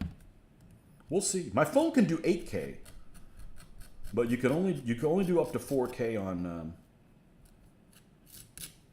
I figured, yeah, it's a 30-minute long video, and I still didn't have enough time. Hopefully, it's not a boring 30-minute video. There's one part of the video I thought was really cool, and I learned something new. So.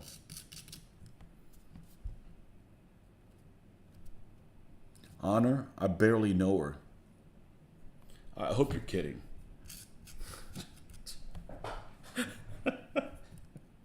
I have extremely high honor code. And I demand other people have it as well. Not expect people to have it, I demand it, or I get fucking pissed.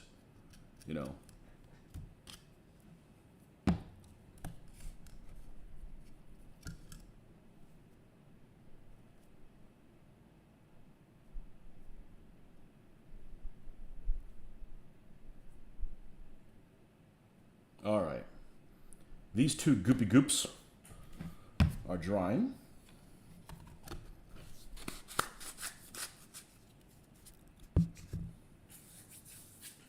All right.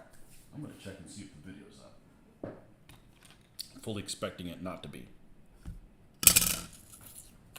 Let's see if I can do this without a fumble.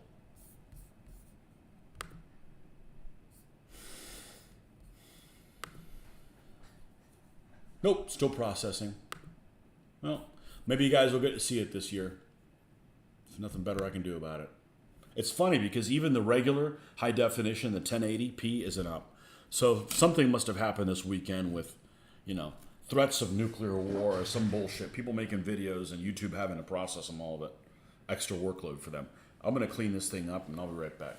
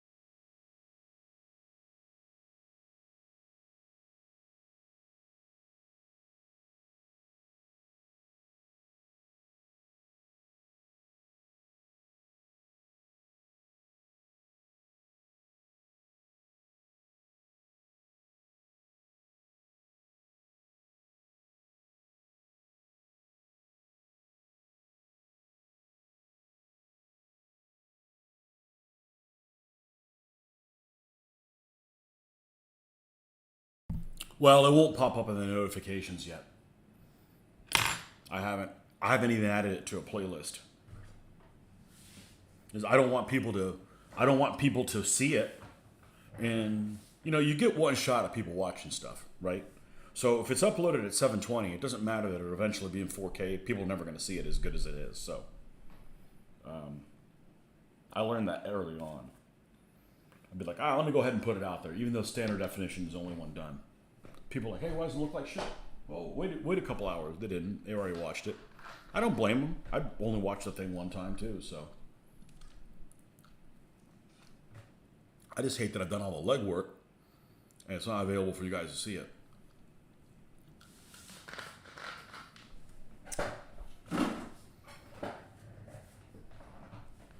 Like I said, maybe they're busy processing videos of the president stumbling over something or something like that. I don't know. I really don't know what it is. What their excuse is.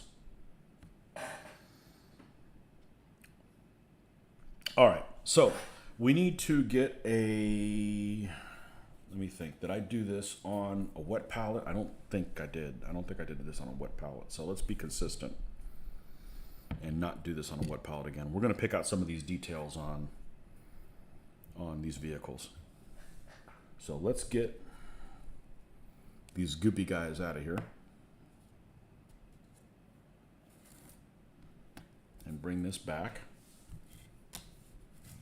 And we're going to do this with the Luftwaffe blue and a little bit of sand, dark sand.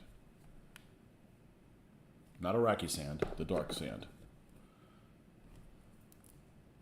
And this is something that I got an idea from somebody else. I never would have occurred to me to lighten it with this. I would have just automatically use white, and softer tone. No, it doesn't need to be sitting in that.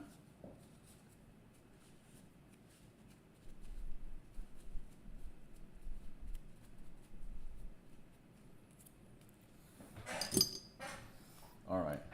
Do have a wee brush here. No, I left some Elmer's glue on there. Wasn't a very good brush anyways. All right. No. Let's get a wee brush.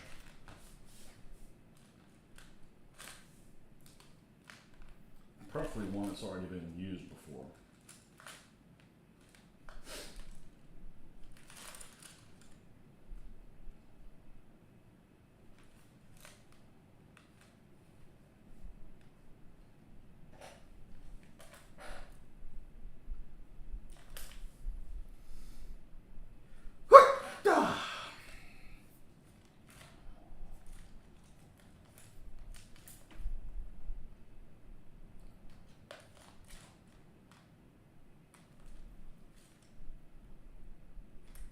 This might be a candidate too.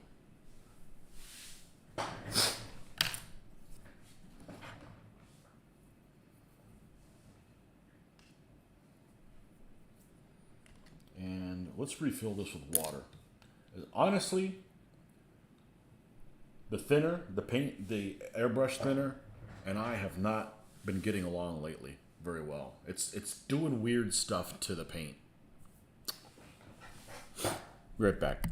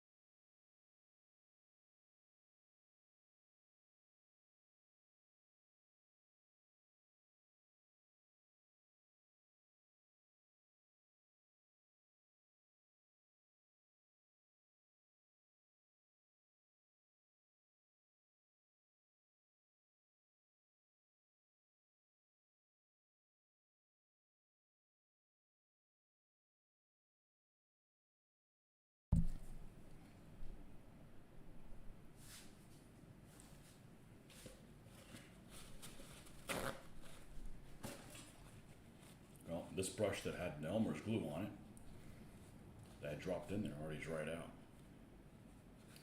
That's the problem with using one of these brushes for dry brush. It's basically destroyed. But it's also really cheap, so whatever. Whatever, dude.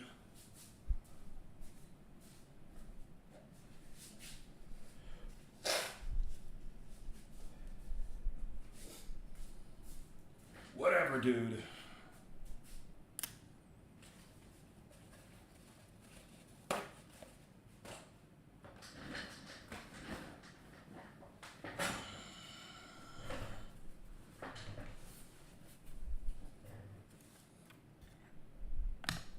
Oh, now we got the wind is blowing. You can see. I don't play. I don't play. I don't like to play either. In still air. Like there'd always be movement. All right. One more shot at this.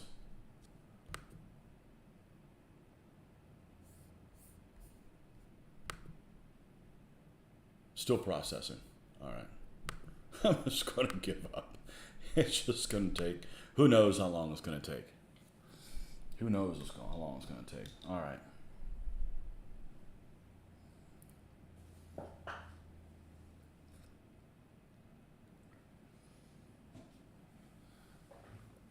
I'm about to do the part that most people wouldn't have the patience for, but it's probably one of the most critical parts. And some of this involves Mr. Non-Oil, our friend.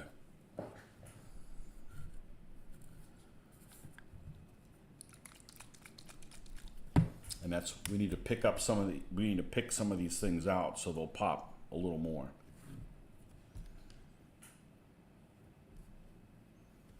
And these exhaust things here are definitely a candidate for that.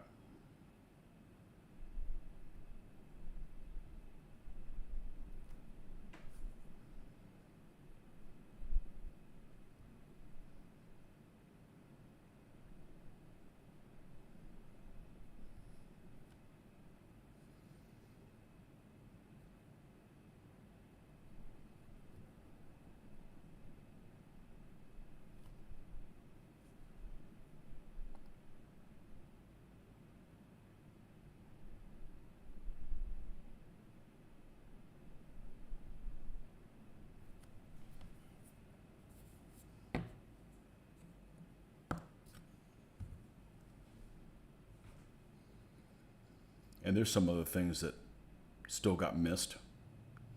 We'll touch on those.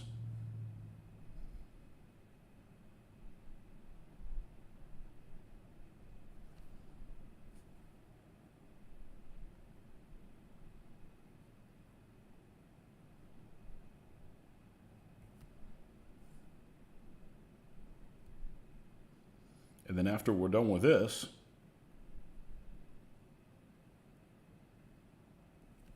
it gets a gloss coat.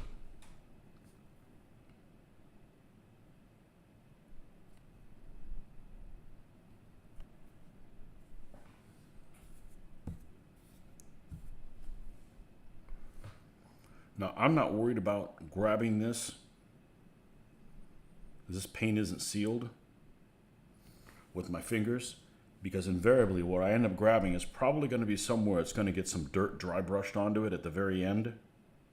So let's say I do scuff the paint off. There'll be plenty of opportunity to put it back on. All right. Let's do what we did the other day, which seemed to work pretty well. This is the stuff I actually bought first before I ever bought the airbrush thinner, is this Flow Aid. What I suspect is happening with the airbrush thinner is, and it wasn't so prevalent on the, this stuff's pretty cool. I can actually, it's a totally open top. And, well, let me not brag about it. Let me do it first, and then I'll brag about having done it. I should be able to get one drop to fall out. There we go. So this has some kind of surface tension on it. But this is one of those things also that I ended up getting because of trying to do the mix for the airbrush thinner when I had the airbrush. I actually still have the airbrush. I haven't grown a pair and thrown it away. I should. Because I don't feel like being tortured by that anymore. Let's get the black out. But the airbrush thinner, I think, is making the paint clump up. I think it's just a bit, depending on what the application is, it might be too much and it's not behaving well. So I'm going to give it a rest for, at least on these vehicles. I was just basically doing it because it wasn't drying the paint out before on the actual brush tips.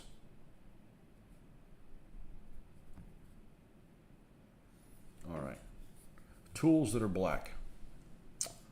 Okay, the spade.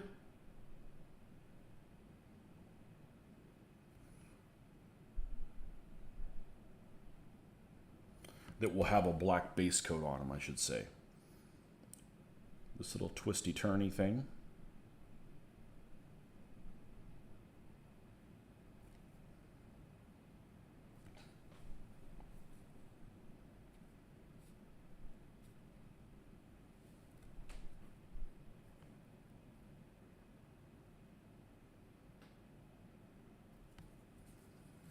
Moving along the machine gun.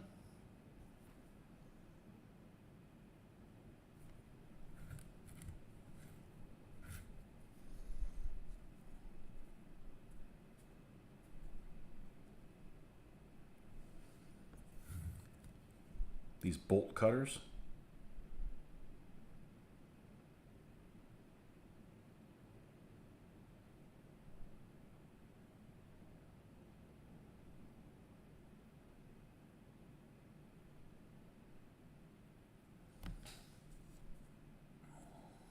this S hook. Now, there's no doubt that some of these things were probably attached to the tank before they were painted, especially if it's got like a 3-color camouflage scheme. You get camouflage over them. I'm never doing that because it looks wrong. We'll leave the fire extinguisher in Panzergrau. Actually, technically it's Dunkelgrau, but I like working a Panzer in there when I can. The shovel gets wooden. This thing is like a cleaner. No, this is just a bar.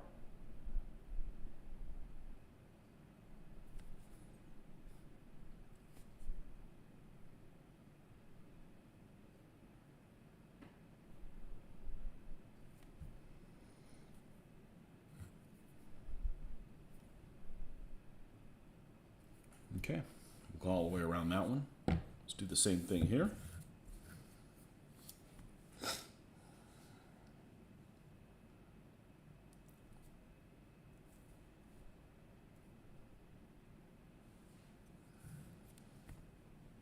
And they will not be consecutive numbered vehicles, but I will number them similar.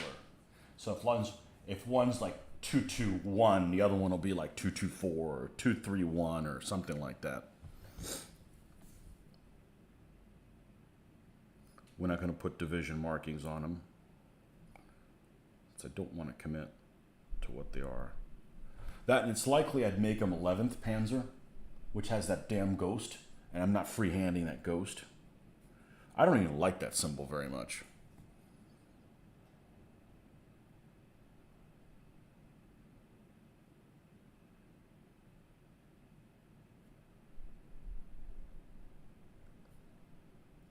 There's just some symbols that just don't speak to me, and that's one of them. Same thing with that that one Panzer division was at Stalingrad. The 24th, the hopping horse, I think it looks stupid. That's why they really failed at Stalingrad. They had a stupid symbol.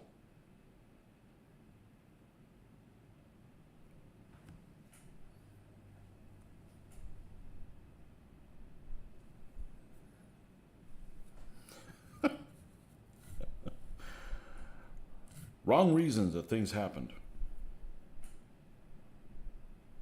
This one has this little part where the antenna sits in. The other one doesn't, it's missing. Hey, I bought this thing for $1, you know.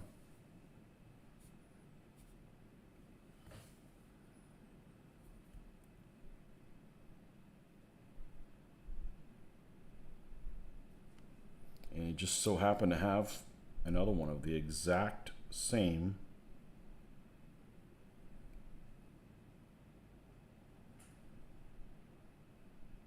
version, the same Ausf.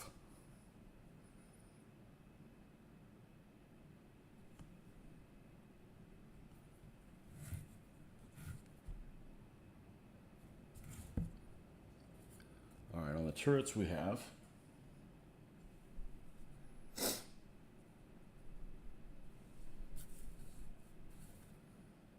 the machine gun here.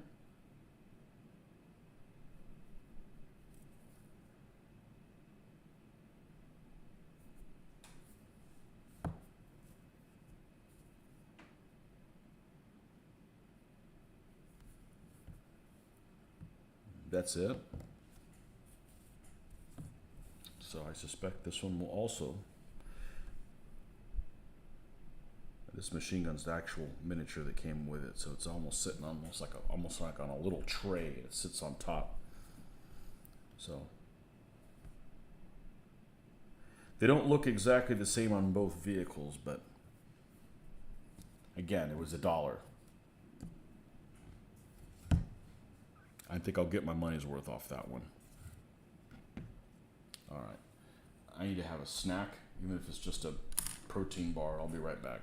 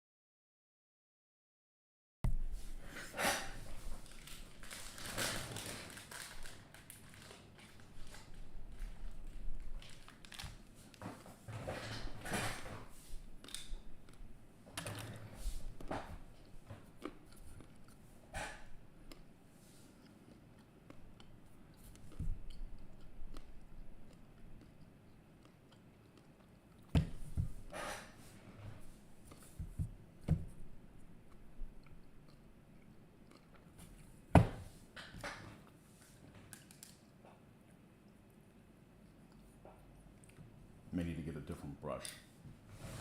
Do some road wheels. Ooh, fun!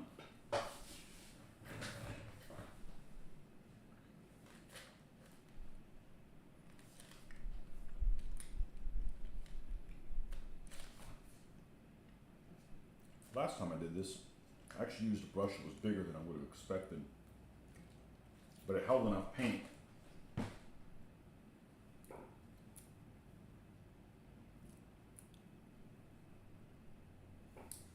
It wasn't too much of a pain in the ass. I just gotta find it.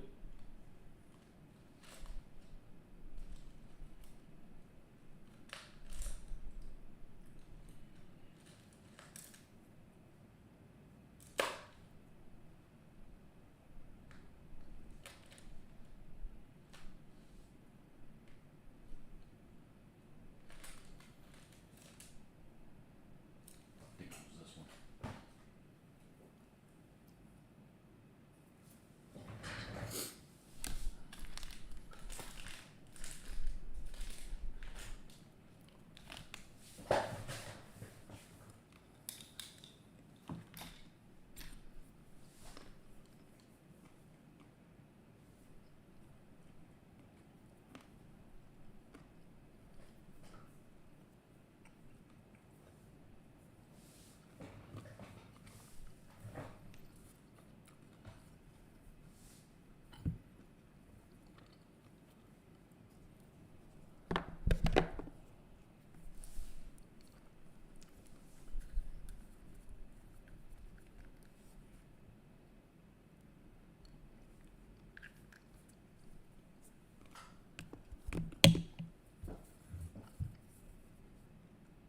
Nope. Look at the bright side. It's not a Mark IV. Got even more, which would have even more road wheels.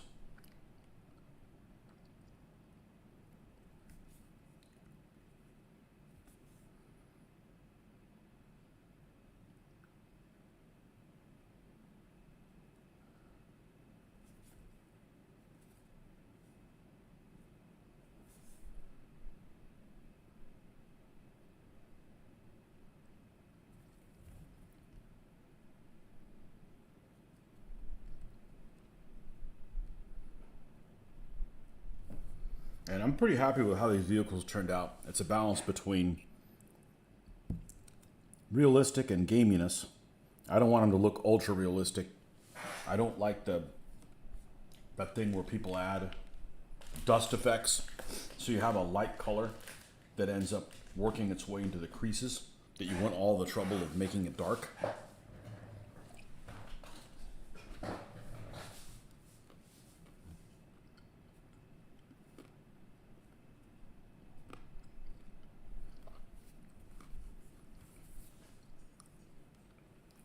I find it counterintuitive.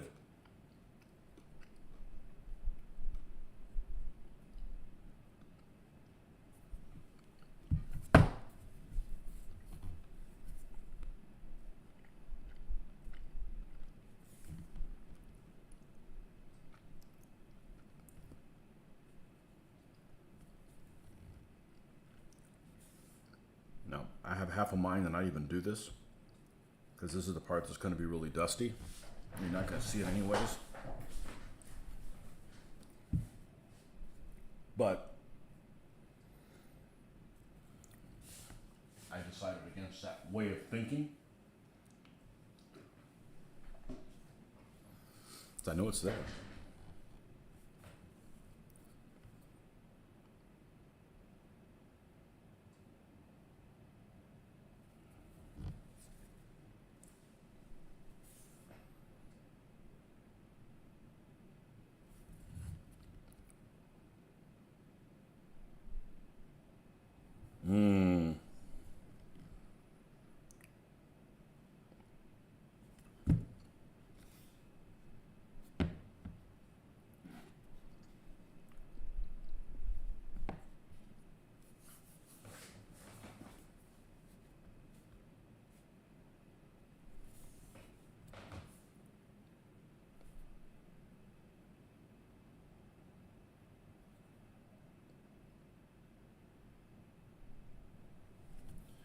this is relatively easy to do, but there's a damn little burr on here.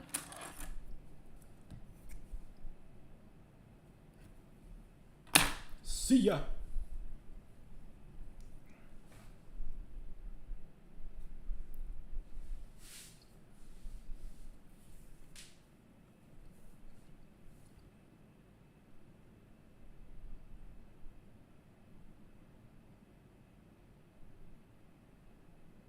The tracks are actually easier to paint than the road wheels.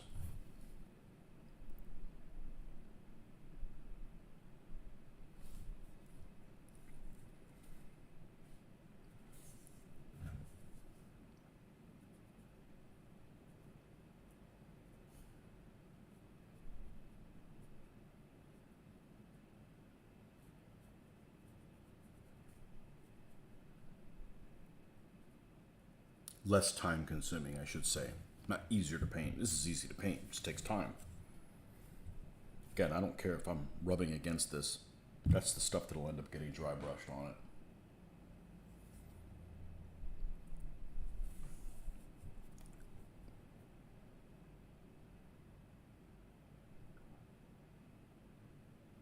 And there's just enough of a lip on these wheels.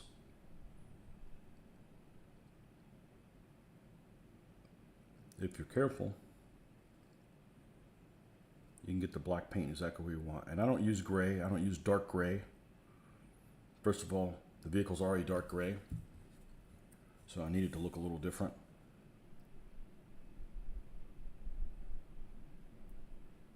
And we're going to dry brush this anyways, so.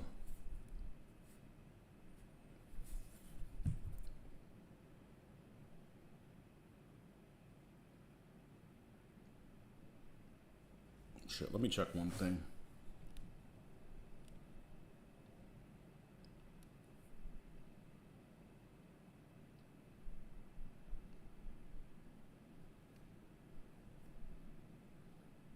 Okay, we're good. My wife's out of town this weekend. I want to make sure she wasn't trying to text me. We're going to have to stop at some point when we get to the transom light. So we're just trying to make headway as much as we can to that point.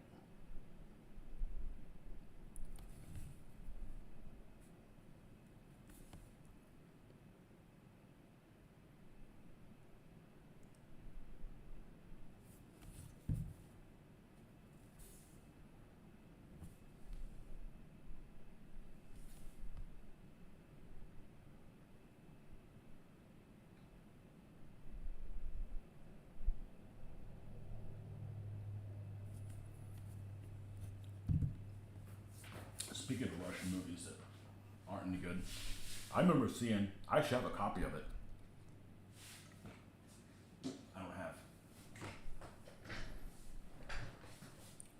I don't have very many DVDs. So I tend to not rewatch something, but Enemy at the Gates, I saw it in the movie theater when it came out.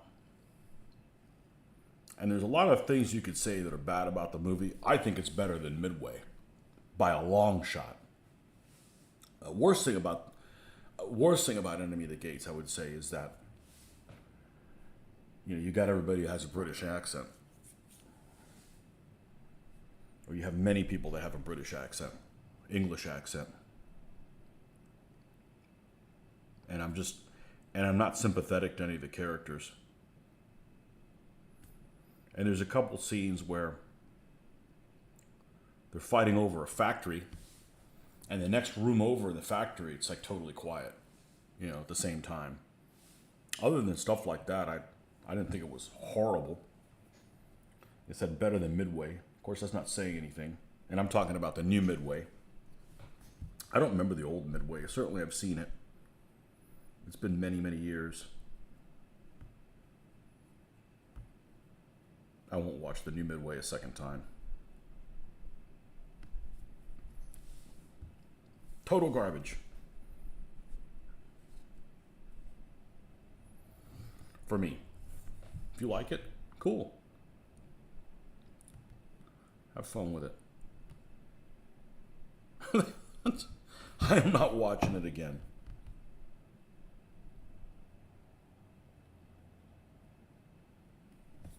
I thought Pearl Harbor was better than Midway.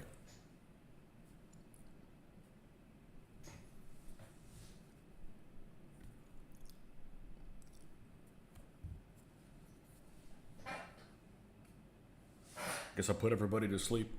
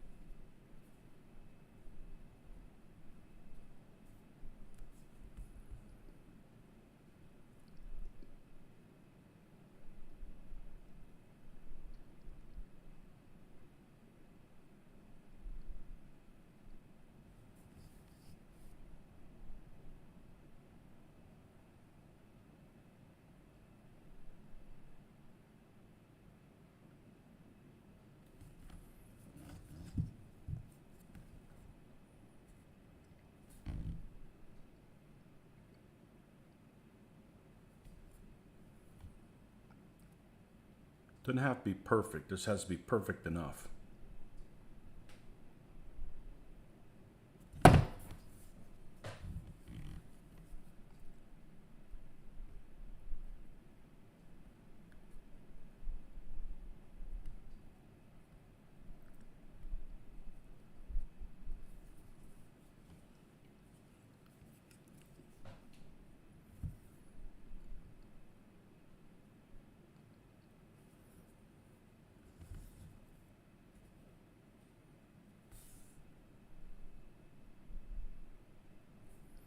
Definitely a case for doing vehicles with steel road wheels.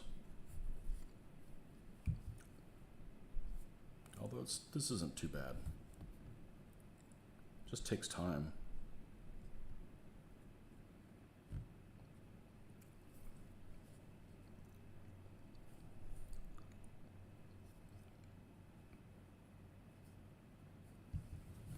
Well, on that roll, might as well do the road wheels on the other one.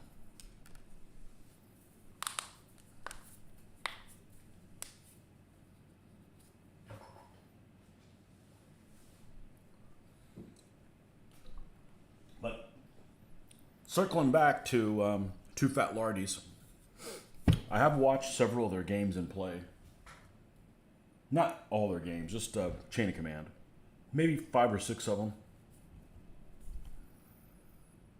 I think Richard does all of them. I rather like him.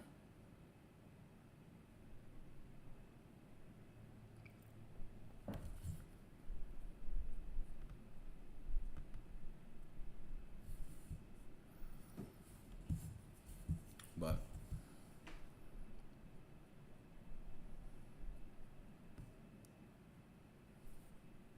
that game doesn't have a lot of vehicles either. But it does, it does have sometimes, 7 or 8, I think, on the side. I think this game would bog down with 7 or 8 vehicles, unless all you had were vehicles. But still, you're going to have a chit for each person operating the vehicle. So let's say you've got 5 vehicles, right? You're going to have 25. You're going to have 25 people, and they're each going to have 2 chits plus the leader chit. That's a lot of things you're pulling every turn. So, and sometimes they just don't do anything. I mean, what good is it to put the what good is it going to do to pull the radio operators, the assistant machine gunners, chit, in a tank battle? Nothing. What's he do? Nothing. You know, pray.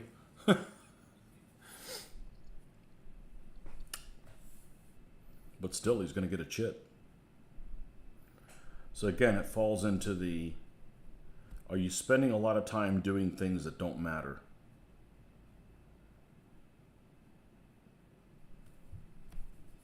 So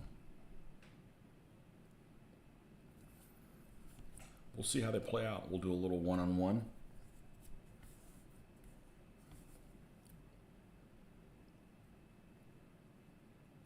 The other problem to test out is a lot of these scenarios involve one side or the other driving off the board, getting a certain number of vehicles off the board. And a lot of these vehicles enter the board. So they'll start this board edge and they got to get off the other board edge. And the board edge may be, 6 feet away. So how do you determine what speed they come in on the board? Because if that's your objective, you want to be rolling as fast as you can. Even if you don't shoot at anybody, if your objective is just to get off the other side of the board. So I think those scenarios may end up just being a guide.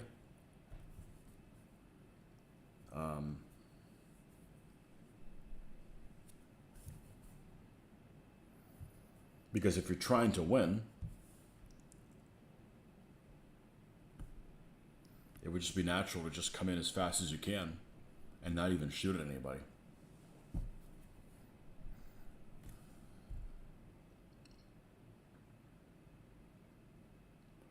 But the scale of the game being what it is. Oh, that's another thing I don't like about stuff like chain of command. Let's say you have a game that's chain of command that's, and I don't know if this is the case, I suspect it is, but let me just talk through it and see if this makes any sense. You have individual figures that represent one guy, right? Well, how far does a rifleman shoot? And if he only shoots, say, 2 feet away, then the ground scale is definitely compressed. But yet you can only get so close to each other. So does the compression match like the grenade explosion size? And I mean, at the end of the day, it's just a game. But I like to play a game so that I learn more about tactics and why they did the stuff that they did. And if it ends up being a simulation or a supposed simulation that doesn't portray those things accurately, I'm not getting what I set out to get.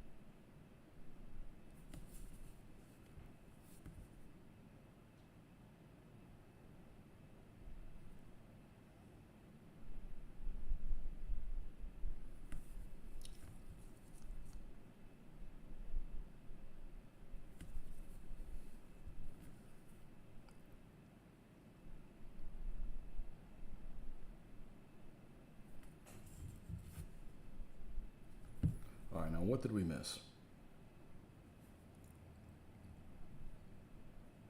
Always the trick question.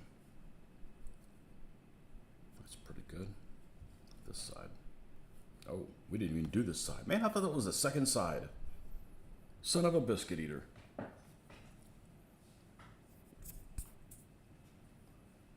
Where'd the black go? There it is.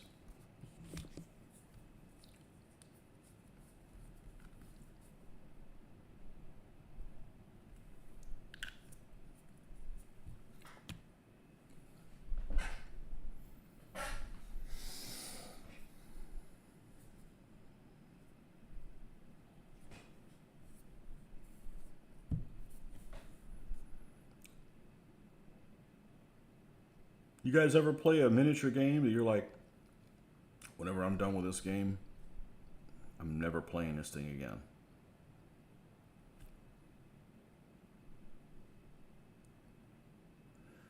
Has there ever been a game that you're like, I'm not talking about a board game. There's certainly lots of board games, but a miniatures game, you're like, I'm never playing this thing again. I didn't have fun. I obviously didn't play test it ever before, etc., etc.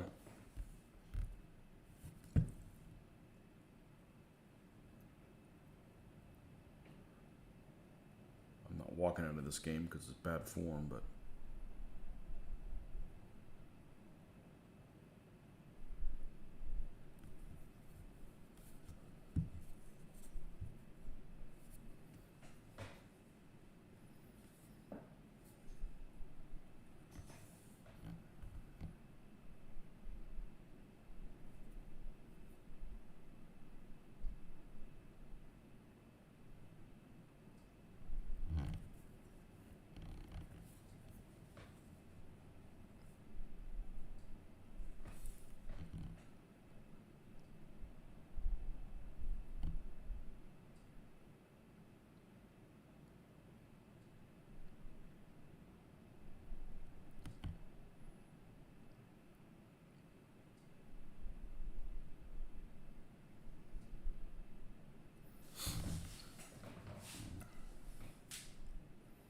no? You guys all break for tea or something?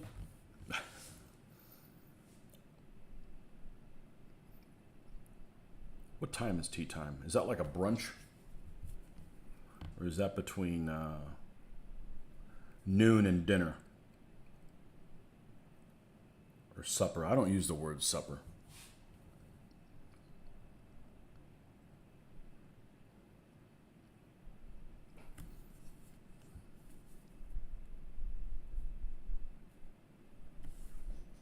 I like tea, I just don't like it hot.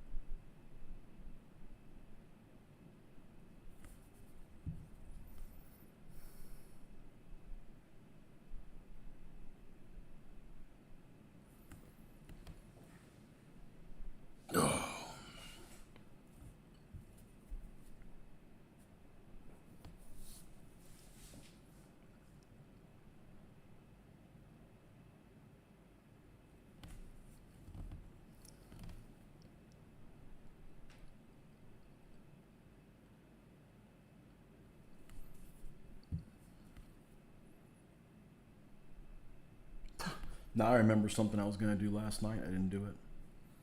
I had plenty of time to do it. I was going to take photos of the two finished German vehicles.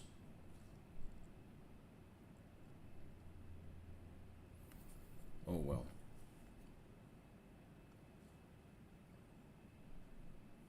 I was really, really tired last night.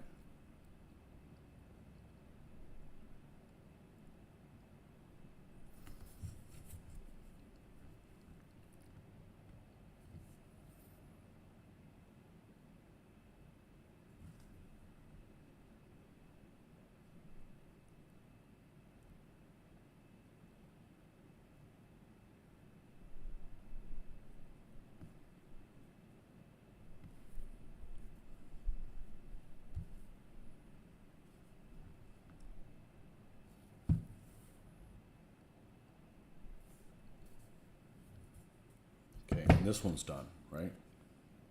Yeah, that didn't take too long. It wasn't too big a deal.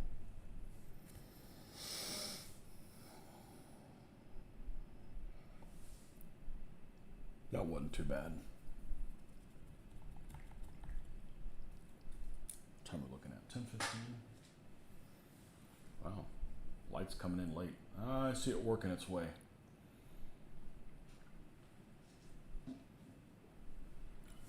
It's actually a small, it's a very small period of time, but it's just enough that it's just a real pain in the butt. All right, now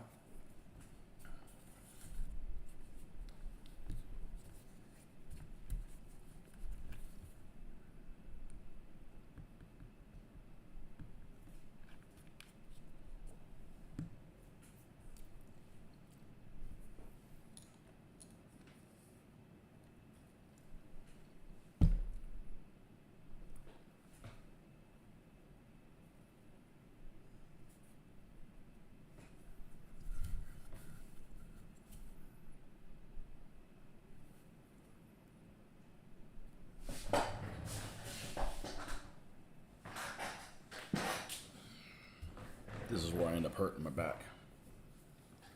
Get a height advantage over this. I'm going to pick out some stuff here.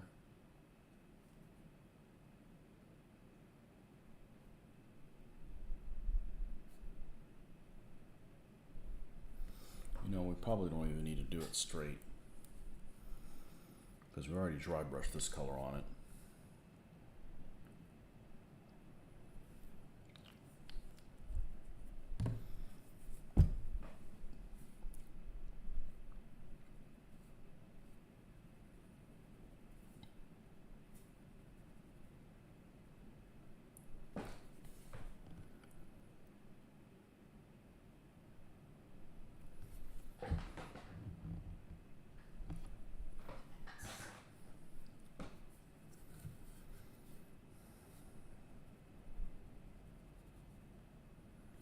There we go, that's a little bit better.